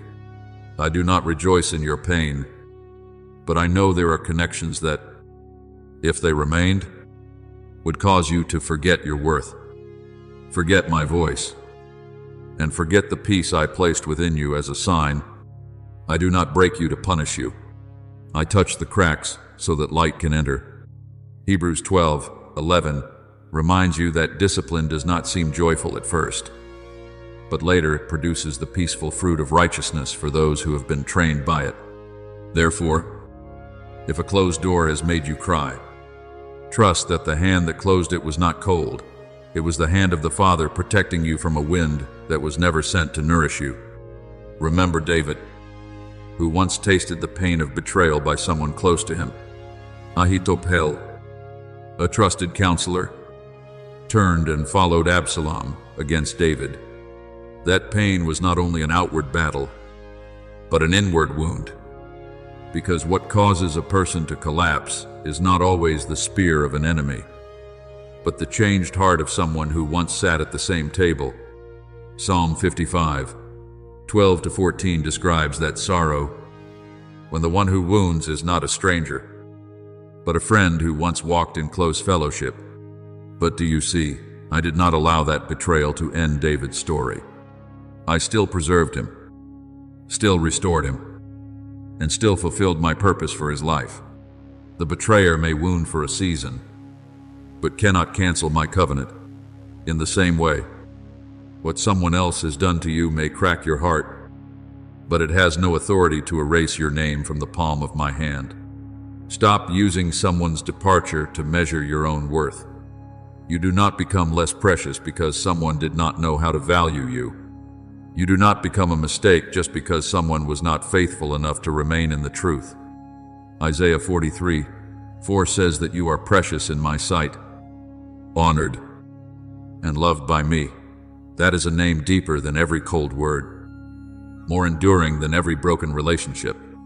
When people treat you with indifference, do not let your heart conclude that you are unworthy of love. No, my child, that only reveals the limitation within them. It does not reveal the value within you. I am teaching you to discern the difference between love that expands the soul and attachment that causes the soul to shrink. True love does not draw you farther away from me, does not make you live in fear, and does not require you to lose yourself in order to keep someone. True love brings peace, purity, respect, and light. Therefore, let go. But do not force yourself to forget in a single day. Letting go does not mean erasing the memory as though it never existed. Letting go means no longer allowing that memory to hold the strings that pull you back into old nights. Forgiveness also does not mean calling what was wrong right, or reopening the door for what wounded you to return and rule over you. Forgiveness is handing judgment over to me so that your heart may be freed from the prison of resentment.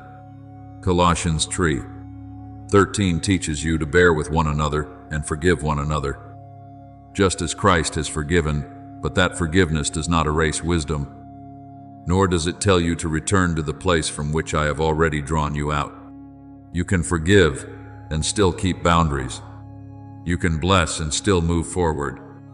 You can love with mercy without handing the key of your soul back to someone who did not know how to guard it. I am doing a deeper work within you than what you can see. I am not only healing the wound, I am restoring clear eyes to you, so that you may look at people with love, but no longer with blindness. Open your heart without losing discernment, and remain gentle without allowing yourself to be pulled into connections that drain you. James 1:5 says that if anyone lacks wisdom, they should ask me, the one who gives generously to all. So ask me to give you a tender wisdom, a wisdom that is not bitter but awake, that does not freeze the heart but knows how to guard the holy place within. What you have gone through does not have to make you cold if you allow me to heal you. It will make you deeper, teach you to love more rightly, help you listen more closely to peace, and enable you to recognize when a relationship no longer carries the breath of life. Now, rest in me. Do not try to explain every detail as though you can only have peace once you understand everything. There are things you no longer need to analyze. Only lay down at my feet. There are stories you no longer need to replay in your mind one more time. Only entrust to me so I may close them with grace. Matthew 11:28 still calls you to come to me when you are weary and burdened, so that I may give you rest. Let my peace enter the place where that person's name once made your heart heavy. Let my light pass through the rooms of memory that are still closed. Let my love remind you that your life did not end at that betrayal. It only marked a place where I began teaching you to return to yourself in truth. Then you will see that what once hurt you no longer controls you. One day, you will remember without trembling, pray without choking back tears, and love without fearing abandonment the way you once did. I am rearranging the relationships around you. What does not belong to the light will gradually leave, and what is sent by love will know how to remain in purity and peace. Romans 8:28 reminds you that all things work together for good for those who love me. Even this wound in my hands can become a place where grace begins to grow. You are not lost. You are being kept. You have not been lowered. You are being brought out of what is no longer worthy of the life I placed within you. Sleep safely under my protection tonight. Beloved child, you are safe, not because you have understood everything, but because I understand, not because you are strong enough to hold yourself together, but because I am holding you with unchanging love. And after every breaking, I am still leading you into a new dawn. Beloved child, open the eyes of your soul not with panic, but with holy awareness. I have brought you through a place of pain that you once thought would become the burial ground of your heart. But in truth, it was the place where I pulled you out of a net covered with sweet words. There are things that at first carry the appearance of love, yet inside they hide possession, exhaustion, and a slow drawing away from my voice and from your true identity. I did not awaken you so that you would become bitter. I awakened you so that you would be free. When you cried in the night and asked why it had to fall apart, I was beside you, quietly keeping your soul from sinking. You did not see everything I saw, but I saw that cord wrapping itself around your heart little by little. If I had not cut it, you would have called chains safety. If I had not closed the door, you would have continued standing in a room where the breath of life was no longer present. Understand this, my child, not everything that leaves you is punishment. Some separations are mercy dressed in pain. Some doors close not to make you lonely, but to keep you from a longer season of darkness. John 10:10 reminds you that the thief comes only to steal, kill, and destroy. But I have come so that you may have life, and have it abundantly. What steals your peace? What makes you constantly prove that you are worthy of love? What makes you so afraid of losing someone that you begin to lose yourself? Such a thing does not carry the mark of perfect love. True love does not make your soul shrink. True love does not remove me from the center of your heart. True love does not turn you into someone who must beg for scraps of attention like a hungry one standing outside the door. I allowed the layers of illusion to fall away, not so you would feel ashamed for once believing, but so you would learn to see by the light. Your purity is not something to be blamed. What needs healing is the wound that caused you to accept less than what I desired to give. Proverbs 4:23 teaches you to guard your heart above all else, for from it flow the springs of life. Guard your heart, not with cold walls, but with wisdom that comes from me. A healed heart can still be tender, but it is no longer blind. It can still love, but it no longer offers itself to things that only know how to drain it. It can still forgive, but it no longer reopens the door for darkness to enter and calls that kindness. Remember Nehemiah when he returned to rebuild the wall of Jerusalem. As the work of restoration was progressing, the opponents did not only use threats, they also used an invitation that seemed peaceful in order to lure him down to the plain of Ono, though in truth it was a plot to harm him. Nehemiah answered, I am doing a great work and cannot come down, as recorded in Nehemiah 6:3. Do you see? When I begin rebuilding healthy walls around your soul, darkness will try to call you back to the old place through memories, through pity, through the feeling that something is unfinished, through the question of what if. But do not come down from the place where I am restoring you. Do not leave the holy work within your heart just to answer an invitation that does not come from the light. There are things that no longer need to be argued over. They only need to be discerned. And then you must keep building. You once thought that pain was proof you had been abandoned. But I say to you, it was the place where I brought you out of what no longer belonged to life. Galatians 5:1 declares that Christ has set you free so that you may live in freedom. So, do not take up the yoke of slavery again. Do not return to chains simply because they were once familiar. Do not confuse familiarity with peace. Do not confuse the feeling of missing something with my voice calling you. There are things your heart remembers, not because they were good, but because they had been there for so long, like a dark room to which your eyes had grown accustomed. I am bringing you out into the light. And at first the light may make your eyes ache, but then you will see a sky wider than anything you once imagined. Forgive, but do not trade wisdom for a false peace. Let go, but do not force yourself to call what was wrong right. You can pray peace over the one who hurt you and still keep walking on the path I have opened. You can allow me to heal the memory without rebuilding the bridge back to the place that wounded you.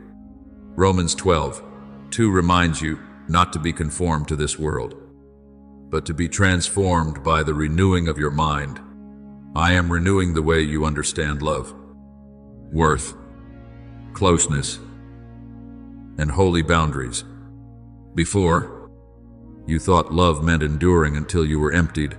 Now I am teaching you that love in the light also knows how to recognize what is not healthy, how to leave when my presence is no longer honored, and how to guard your soul from connections that pull you down into the pit. Do not fear the empty space after separation. That emptiness is not a forgotten desert. It is a room I am sweeping clean so I can place within it things that are truer, purer, and more peaceful. The people who belong to your new season will not require you to lose me in order to keep them. They will not turn love into begging. They will not use your wounds as strings to control you. They will help you draw closer to the light, closer to the truth, closer to me.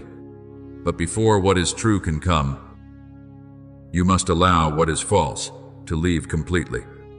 Isaiah 43:18-19 declares that you should not remember the former things or dwell on the things of old. For I am doing a new thing. Now it springs forth. That new thing does not grow in hands still clutching ashes. It grows in a heart courageous enough to lay the old down at my feet. Now rise, beloved child, but rise with a tender heart and clear eyes. Do not let betrayal turn you into someone who doubts every kind of love. Let it become a lesson in discernment. Do not let the wound teach you to close the door forever. Let me teach you how to open the door to the right people, in the right season, under the right light. I have won the battle for your heart, not by making sure you would never hurt, but by refusing to let that pain become your master. You are no longer a soul begging to be chosen. You are the child I have called by name, the one I have kept, the one I have drawn out of a place that seemed like love, but was only a trap decorated with promises. Rest in this truth. You are safe in my hands. What left cannot take away your destiny. What made you cry cannot extinguish my light within you.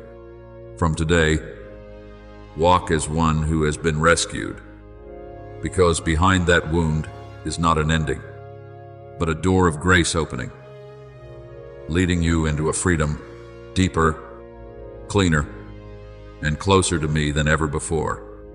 Beloved child, let me teach you something very deep about love, because your heart is not a place for anyone to enter carelessly and leave behind footprints of confusion.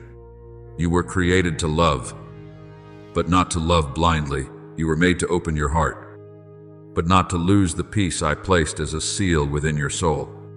Love that comes from me does not force you to make yourself smaller in order to fit someone else's selfishness, nor does it require you to sacrifice holy rest just to keep someone who does not know how to value what I have placed in you.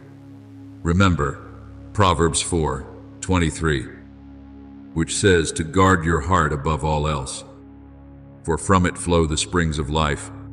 I do not tell you to guard your heart so that you become cold, but so that you understand that what is precious must be protected with wisdom. A tender heart without discernment is easily wounded. A wise heart without love becomes dry and hardened. I want you to have both, the kindness to love and my light to recognize what truly comes from life. There are people who pass through your life as a lesson, not as an eternal promise.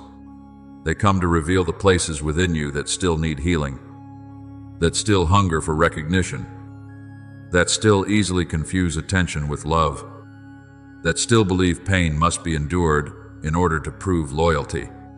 But my child, a lesson is not a home for you to remain in forever. Once I have shown you what needed to be seen, give thanks for the awakening and move forward in peace. Do not turn a shadow into an altar. Do not allow a person to occupy the place where only I am worthy to reign. Exodus 20:3 says that you shall have no other gods before me. And an idol is not only a statue of stone or gold. An idol can be anything you fear, losing more than you fear drifting away from me. If a relationship causes you to forget my voice, lose your dignity, live in anxiety, and constantly wonder whether you are lovable enough, then it is not a place where your soul is taking root in the light. Remember the story of Isaac and Rebekah. When Abraham sent his servant to find a wife for his son, the servant did not chase outward appearance or passing attraction. He prayed for my guidance by the well and waited for a sign that would reveal the heart, humility, and willingness to serve. Rebekah not only gave the traveler water to drink, but also drew water for all his camels, a quiet act that revealed the depth of her character. Genesis 24 shows you that love led by me does not begin only with emotion, but with prayer, discernment, and the signs of the heart. The beautiful thing was not merely that two people met, but that my presence had gone before that meeting. In the same way, do not hurry to give the deepest part of yourself to someone who knows only how to speak sweet words, but bears no good fruit. Matthew 7:16 reminds you that a tree is known by its fruit. Therefore, look at the fruit of a life, not only the words of the lips. I want you to understand that true love does not draw you away from me, but brings you closer to me. It does not make you live in uncertainty like someone standing outside a door, waiting to be allowed in. It does not force you to guess, to beg, or to trade away yourself in order to remain.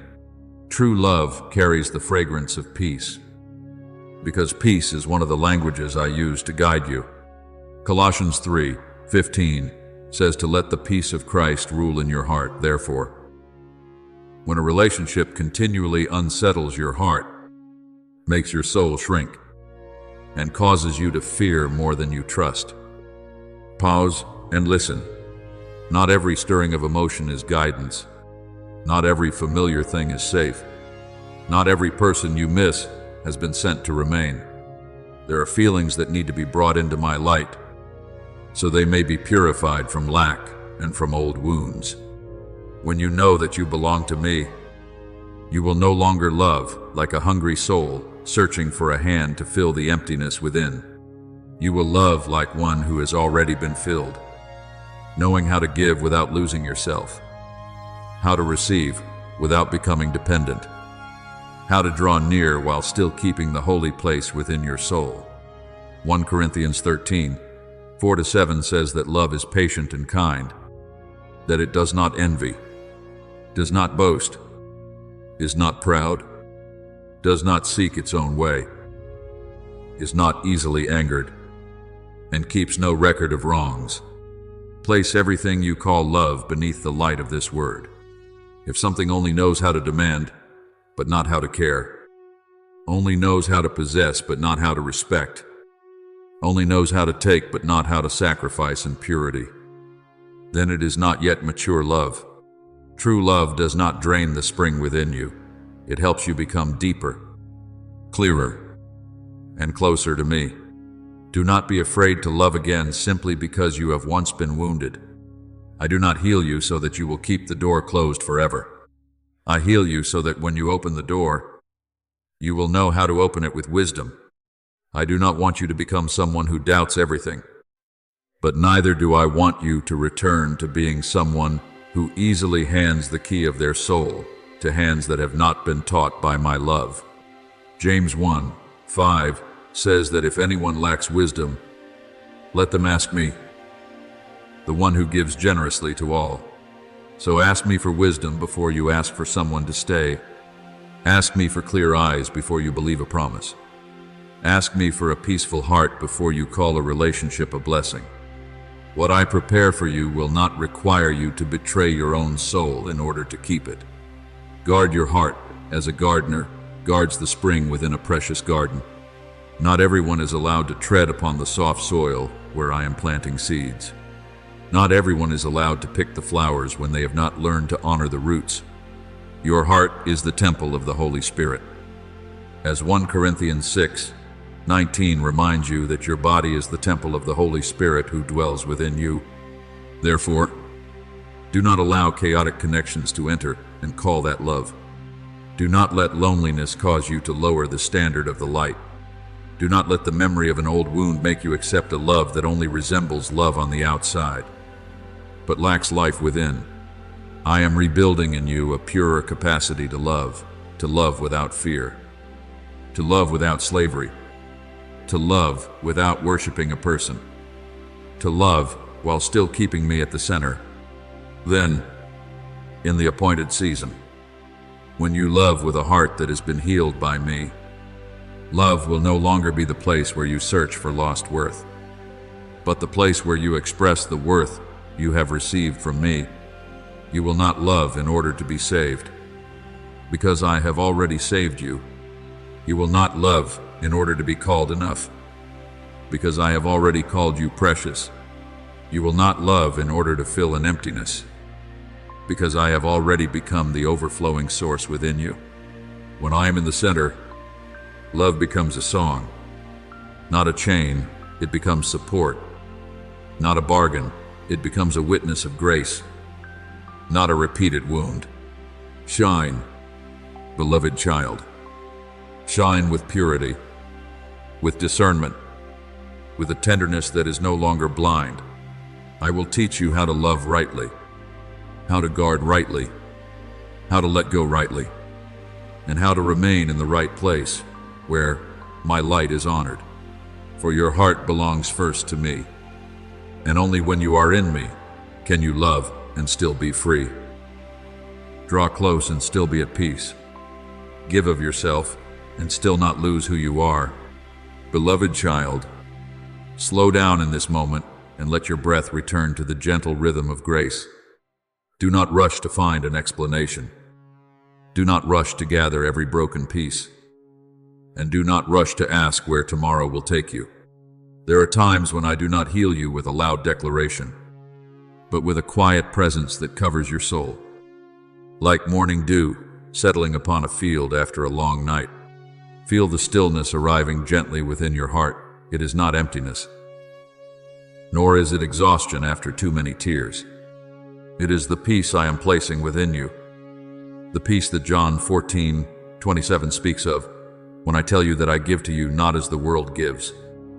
So let not your heart be troubled, neither let it be afraid. That peace does not need every circumstance to change before it appears. It comes because I am here, because my hand is still upon you, because my love is still holding the parts of you that once trembled because of loss. From now on, do not let old memories pull your soul back to the place from which I have already brought you out. The past may teach you wisdom, but it has no right to rule your present. What happened may leave behind a lesson, but it is not allowed to build a throne in your heart.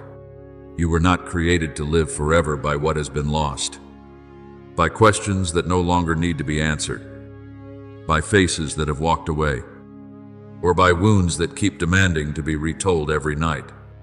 I am calling you into the life of today, where light still falls upon your shoulders, where breath still remains in your chest, where grace is still opening little by little. Isaiah 43:18-19 says not to remember the former things or dwell on the things of old. For I am doing a new thing. That word does not erase your history, but places a door before you. You can step through it.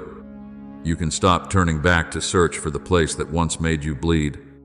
You can live in what I am giving, not in what was taken away. Remember Elijah on Mount Horeb.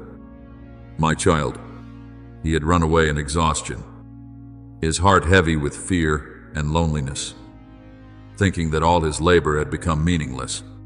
Then there was a strong wind that tore the mountains, an earthquake, and a fire. But 1 Kings 19 tells that I was not in those violent sounds in the way he expected. After all of it came a gentle, quiet whisper, and it was in that gentleness that Elijah heard me. Do you say, I do not always come with thunder, so that you may know I am working. Sometimes I come through a breath that softens your heart, through a ray of morning light that reminds you that you are still loved, through a silence in which you no longer need to defend yourself. I do not need to be loud to prove that I am near to you.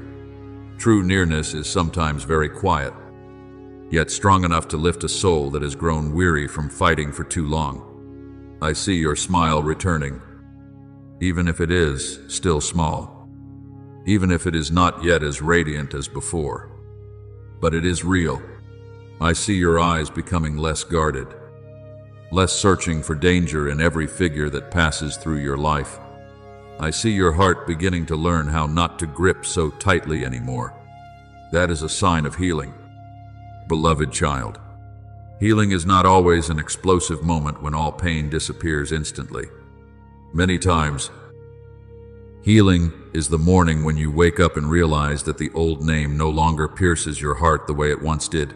It is the afternoon when you sit quietly without needing to blame yourself. It is the night when you no longer have to argue with the past in order to sleep. Psalm 147:3 says that I heal the brokenhearted and bind up their wounds. I am doing that within you. Not hastily, not harshly, but precisely and gently, like a father who knows exactly where light needs to touch. For too long, you thought you had to prove that you were okay, that you had to keep everything from falling apart, that you had to be so strong no one could see the cracks. But, my child, when you stop trying to hold everything together, you will realize that I have been holding you all along. When you no longer need to prove your worth before the world, you will hear my voice again, affirming that you are my beloved child. When you no longer have to play the role of a soul that never grows tired, you will feel my arms supporting you right in your tenderness. 2 Corinthians 12:9 reminds you that my grace is sufficient for you, for my power is made perfect in weakness. So do not be ashamed when you need rest. Do not be afraid when you need to be held. Do not condemn yourself when you no longer want to keep forcing yourself to be strong. Resting in me is not defeat. It is returning to the very place where true strength is born. I am rearranging your life in ways you have not yet fully seen. Not every movement of mine sounds like a great door swinging open. Some things I do are like a gentle wind shifting the direction of a sail. I am gathering the scattered pieces of you, not to rebuild you exactly as you were, but to create a beauty that is deeper, brighter, softer, and wiser. The places that were once broken no longer have to be places you hide in my hands. They can become windows for light to pass through. The things that once caused you to fall will not forever remain reminders of pain. They can become the ground where mercy begins to grow. Romans 8:28 says that all things work together for good for those who love me. And you will see that this is not a vague word of comfort, but my hand patiently transforming what seemed damaged into the material of grace. So learn a new rhythm of life. Beloved child, the rhythm of one who is no longer being chased by the old. This rhythm does not hurry, does not compete, and does not need everyone to understand in order to be at peace. Let my peace soak into the way you speak, so that your words become less sharp from self-protection and more filled with life. Let my peace soak into the way you see, so that you no longer look at everyone through the fear of being abandoned, but through the light of discernment and mercy. Let my peace soak into your steps, so that you do not run toward what is not meant for you, simply because you fear the empty space. Colossians 3:15 teaches you to let the peace of Christ rule in your heart.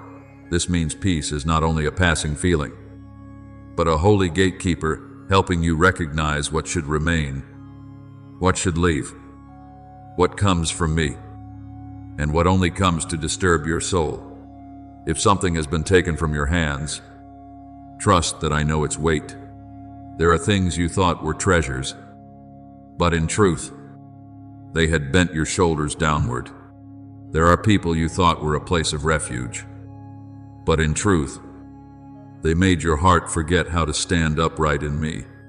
When I remove what no longer belongs to life, I do not make you poorer. I make you lighter. And you need to be lighter, because ahead of you are skies I want you to fly through. Matthew 11:28 still calls you to come to me when you are weary and burdened, so that I may give you rest. Lay down each thing that is no longer assigned to you. Stop guarding the doors I have already closed. Let your hands be empty enough to receive what is new, and let your heart be wide enough for my life to pour in. My child, remain in this presence. There is no need to hurry to become someone else. No need to understand every event at once. No need to turn healing into a heavy task. Simply stay here with me, in this breath, in this day, in the very small, yet very real light that is returning within you. Psalm 46, 10 declares, "Be still, and know that I am God." That stillness is the place where you remember that you are loved before you can accomplish anything, kept before you can protect yourself, and guided before you can clearly see the way.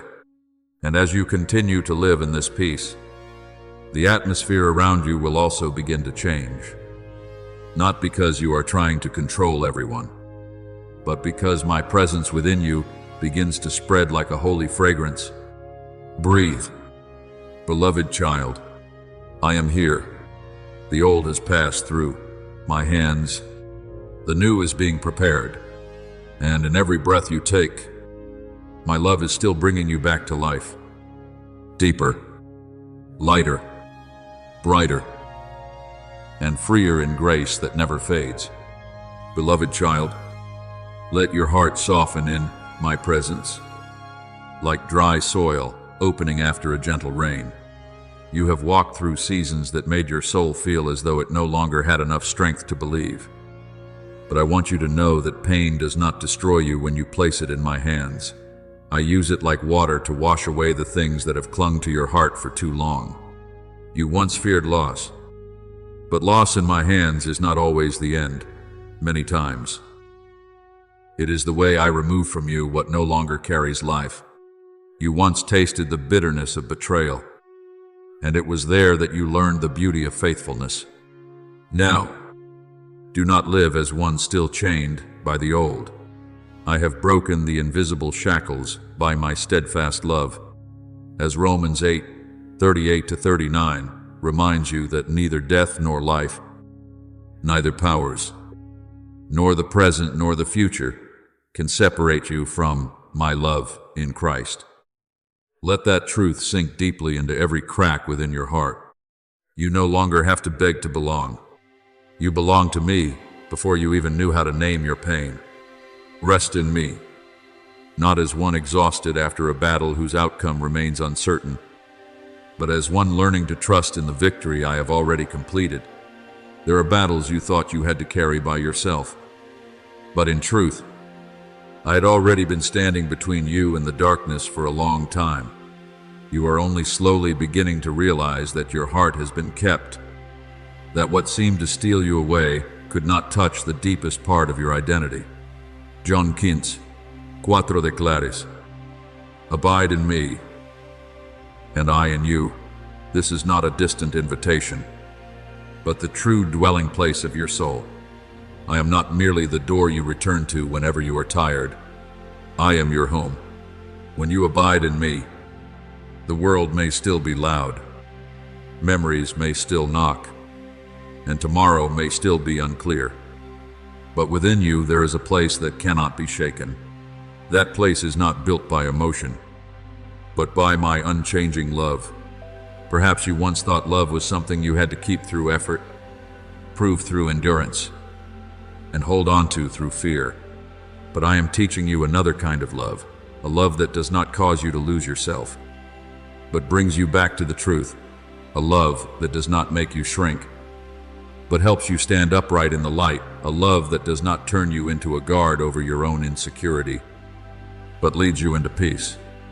I love you, not because you always do everything right, not because you have never been weak, not because you are worthy according to human standards. I love you because you are mine, and my nature is love. Isaiah 43. One has declared that I have called you by your name, you belong to me. When you understand this, no word of abandonment will have the authority to define you. No absence will have the right to say you are unworthy of love. And no wound will be able to sit upon the throne of your soul. Remember the story of Jacob on the night he left home. Lonely and weary, sleeping on the ground with a stone for a pillow. In the eyes of the world, he was only a man fleeing through the night, without a home, without assurance, and without knowing what tomorrow would bring. But in that very desolate place, I opened heaven for him to see a ladder connecting earth and heaven. And he awoke and said, "Surely the Lord is in this place." And I did not know it. As recorded in Genesis 28:16. Do you see? There are places you thought were only lonely passages that are actually where I reveal my nearness. There are nights when you thought there was only cold stone beneath your head, yet heaven was opening above you. There are seasons when you thought you had been left behind, but I was turning that very place into Bethel, into the house of God, into the place where you recognize that my presence is not limited by the feeling of outward safety. Now, as your heart begins to grow still, I want you to learn how to carry that stillness into ordinary life. I do not remove you from the world, because light is not lit in order to be hidden in a closed room. I keep you among the sounds of traffic, among work, among encounters, among the small duties of each day. True peace is not only present when everyone leaves and every sound grows quiet. True peace is when you carry me within your heart in the middle of a crowded square and still do not lose yourself. Colossians 3:15 teaches you to let the peace of Christ rule in your heart. Let that peace rule the way you answer, the way you remain silent, the way you choose, the way you look at others, and the way you move through a busy day while still remembering that your soul is loved. Every morning, wake as one who has just been given life again. Do not begin the new day with the voice of anxiety. Let the first light remind you that my mercy is still new. As Lamentations 3:22-23 says, that my mercies never come to an end and are new every morning. You do not need a long prayer for me to hear you. Sometimes one deep breath, one small whisper, "Father, I am here," is enough to open a holy sky within your heart. I am in the ordinary kitchen, in your steps as you cross the street, in your hands as you work, in the moment you wash the dishes, in the time you look through the window and see soft sunlight touching your life. Do not divide life into what is sacred and what is ordinary, because when I am with you, even the smallest thing can become an altar. Therefore, lay down your fear of tomorrow. Do not let the past pull you back to the place I have already healed. And do not let the future make you carry what has not been assigned to today. Matthew 6:34 reminds you not to worry about tomorrow, for tomorrow will worry about itself. I am not teaching you indifference. I am teaching you trust. What was broken, I am restoring. What was lost, I am transforming into wisdom. What you thought had ended, I am renewing in a purer form. Rest your head upon my shoulder in the Spirit, and let your heart be still. I am still here, as I have always been here. My love does not diminish because of your mistakes, does not move farther away in the seasons when you are weak, and does not go out when the night grows long. Live from this presence. Beloved child, walk slowly, breathe deeply, love tenderly, choose the light, and remember that everything I gather from your life will finally be woven into one testimony. My love has kept you, healed you, and made you new again in everlasting peace. Beloved child, let the new day enter your heart, not as a task to carry, but as a gift placed gently in your hands.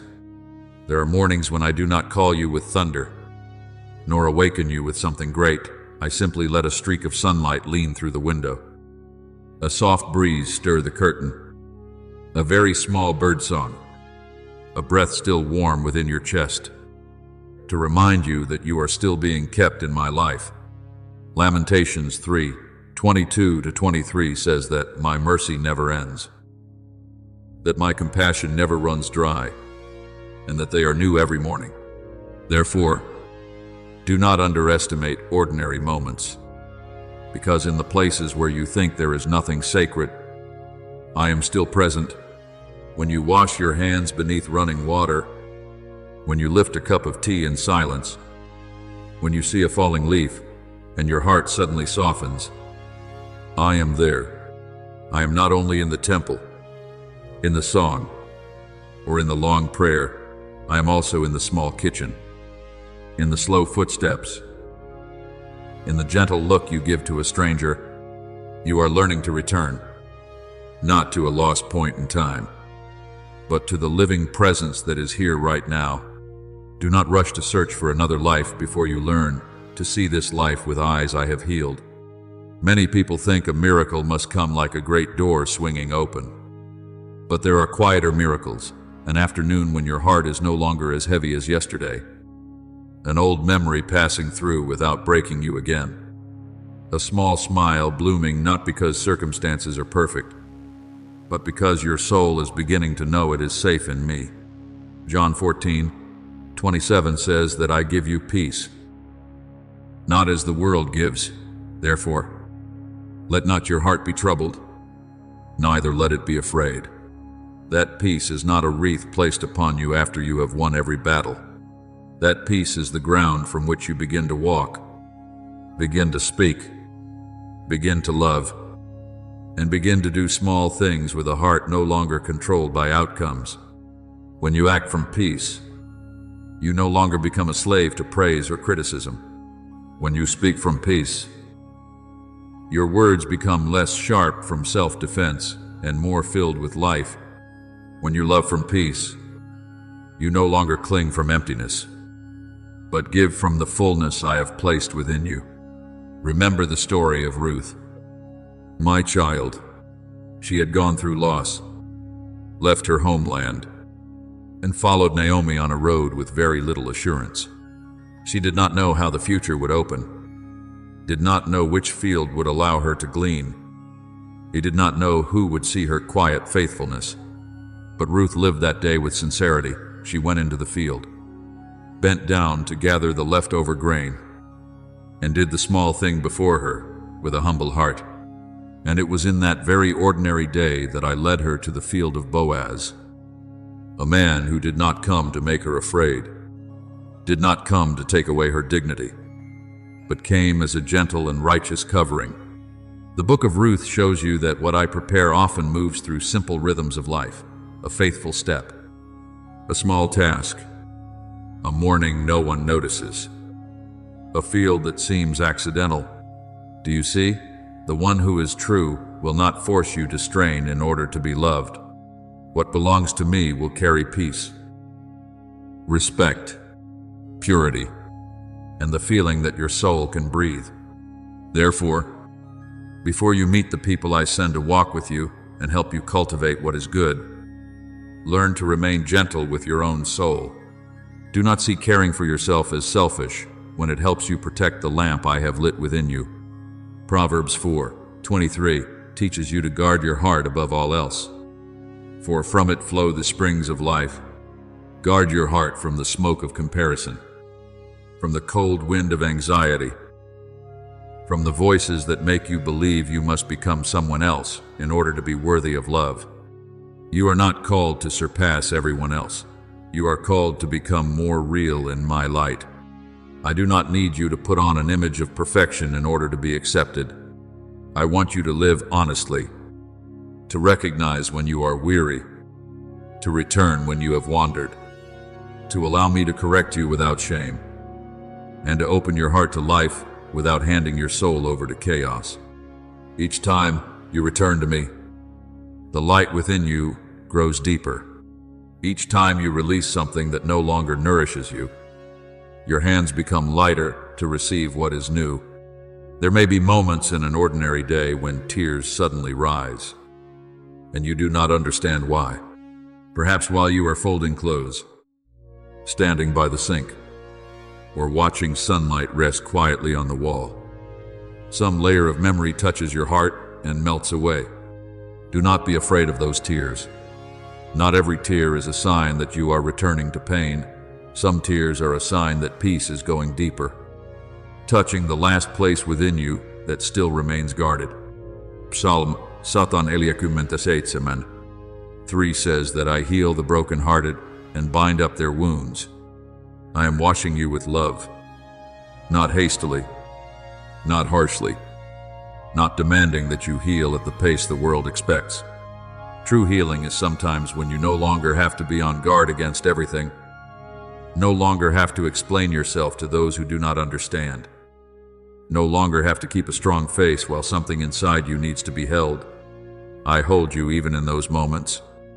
Then there will be souls who enter your life, not like a storm, but like a gentle morning. They will not need to possess you in order to feel safe, will not need to make you smaller so they can feel greater, will not need to confuse you and call it love. But do not rush to search for them out of emptiness. Live full in me first. Let Colossians 3:15 become the rhythm within you. Let the peace of Christ rule in your heart. When peace rules, you will recognize what comes from the light and what only comes to stir old wounds. When the right person comes, you will not need to analyze with fear. Your soul will recognize them through a deep sense of calm. Love led by me does not cause you to lose your roots, but makes your roots grow deeper in me. It does not replace me, but joins you in honoring me. It does not fill emptiness with dependence, but joins you in tending the garden I am causing to bloom. So from today, live a little more slowly.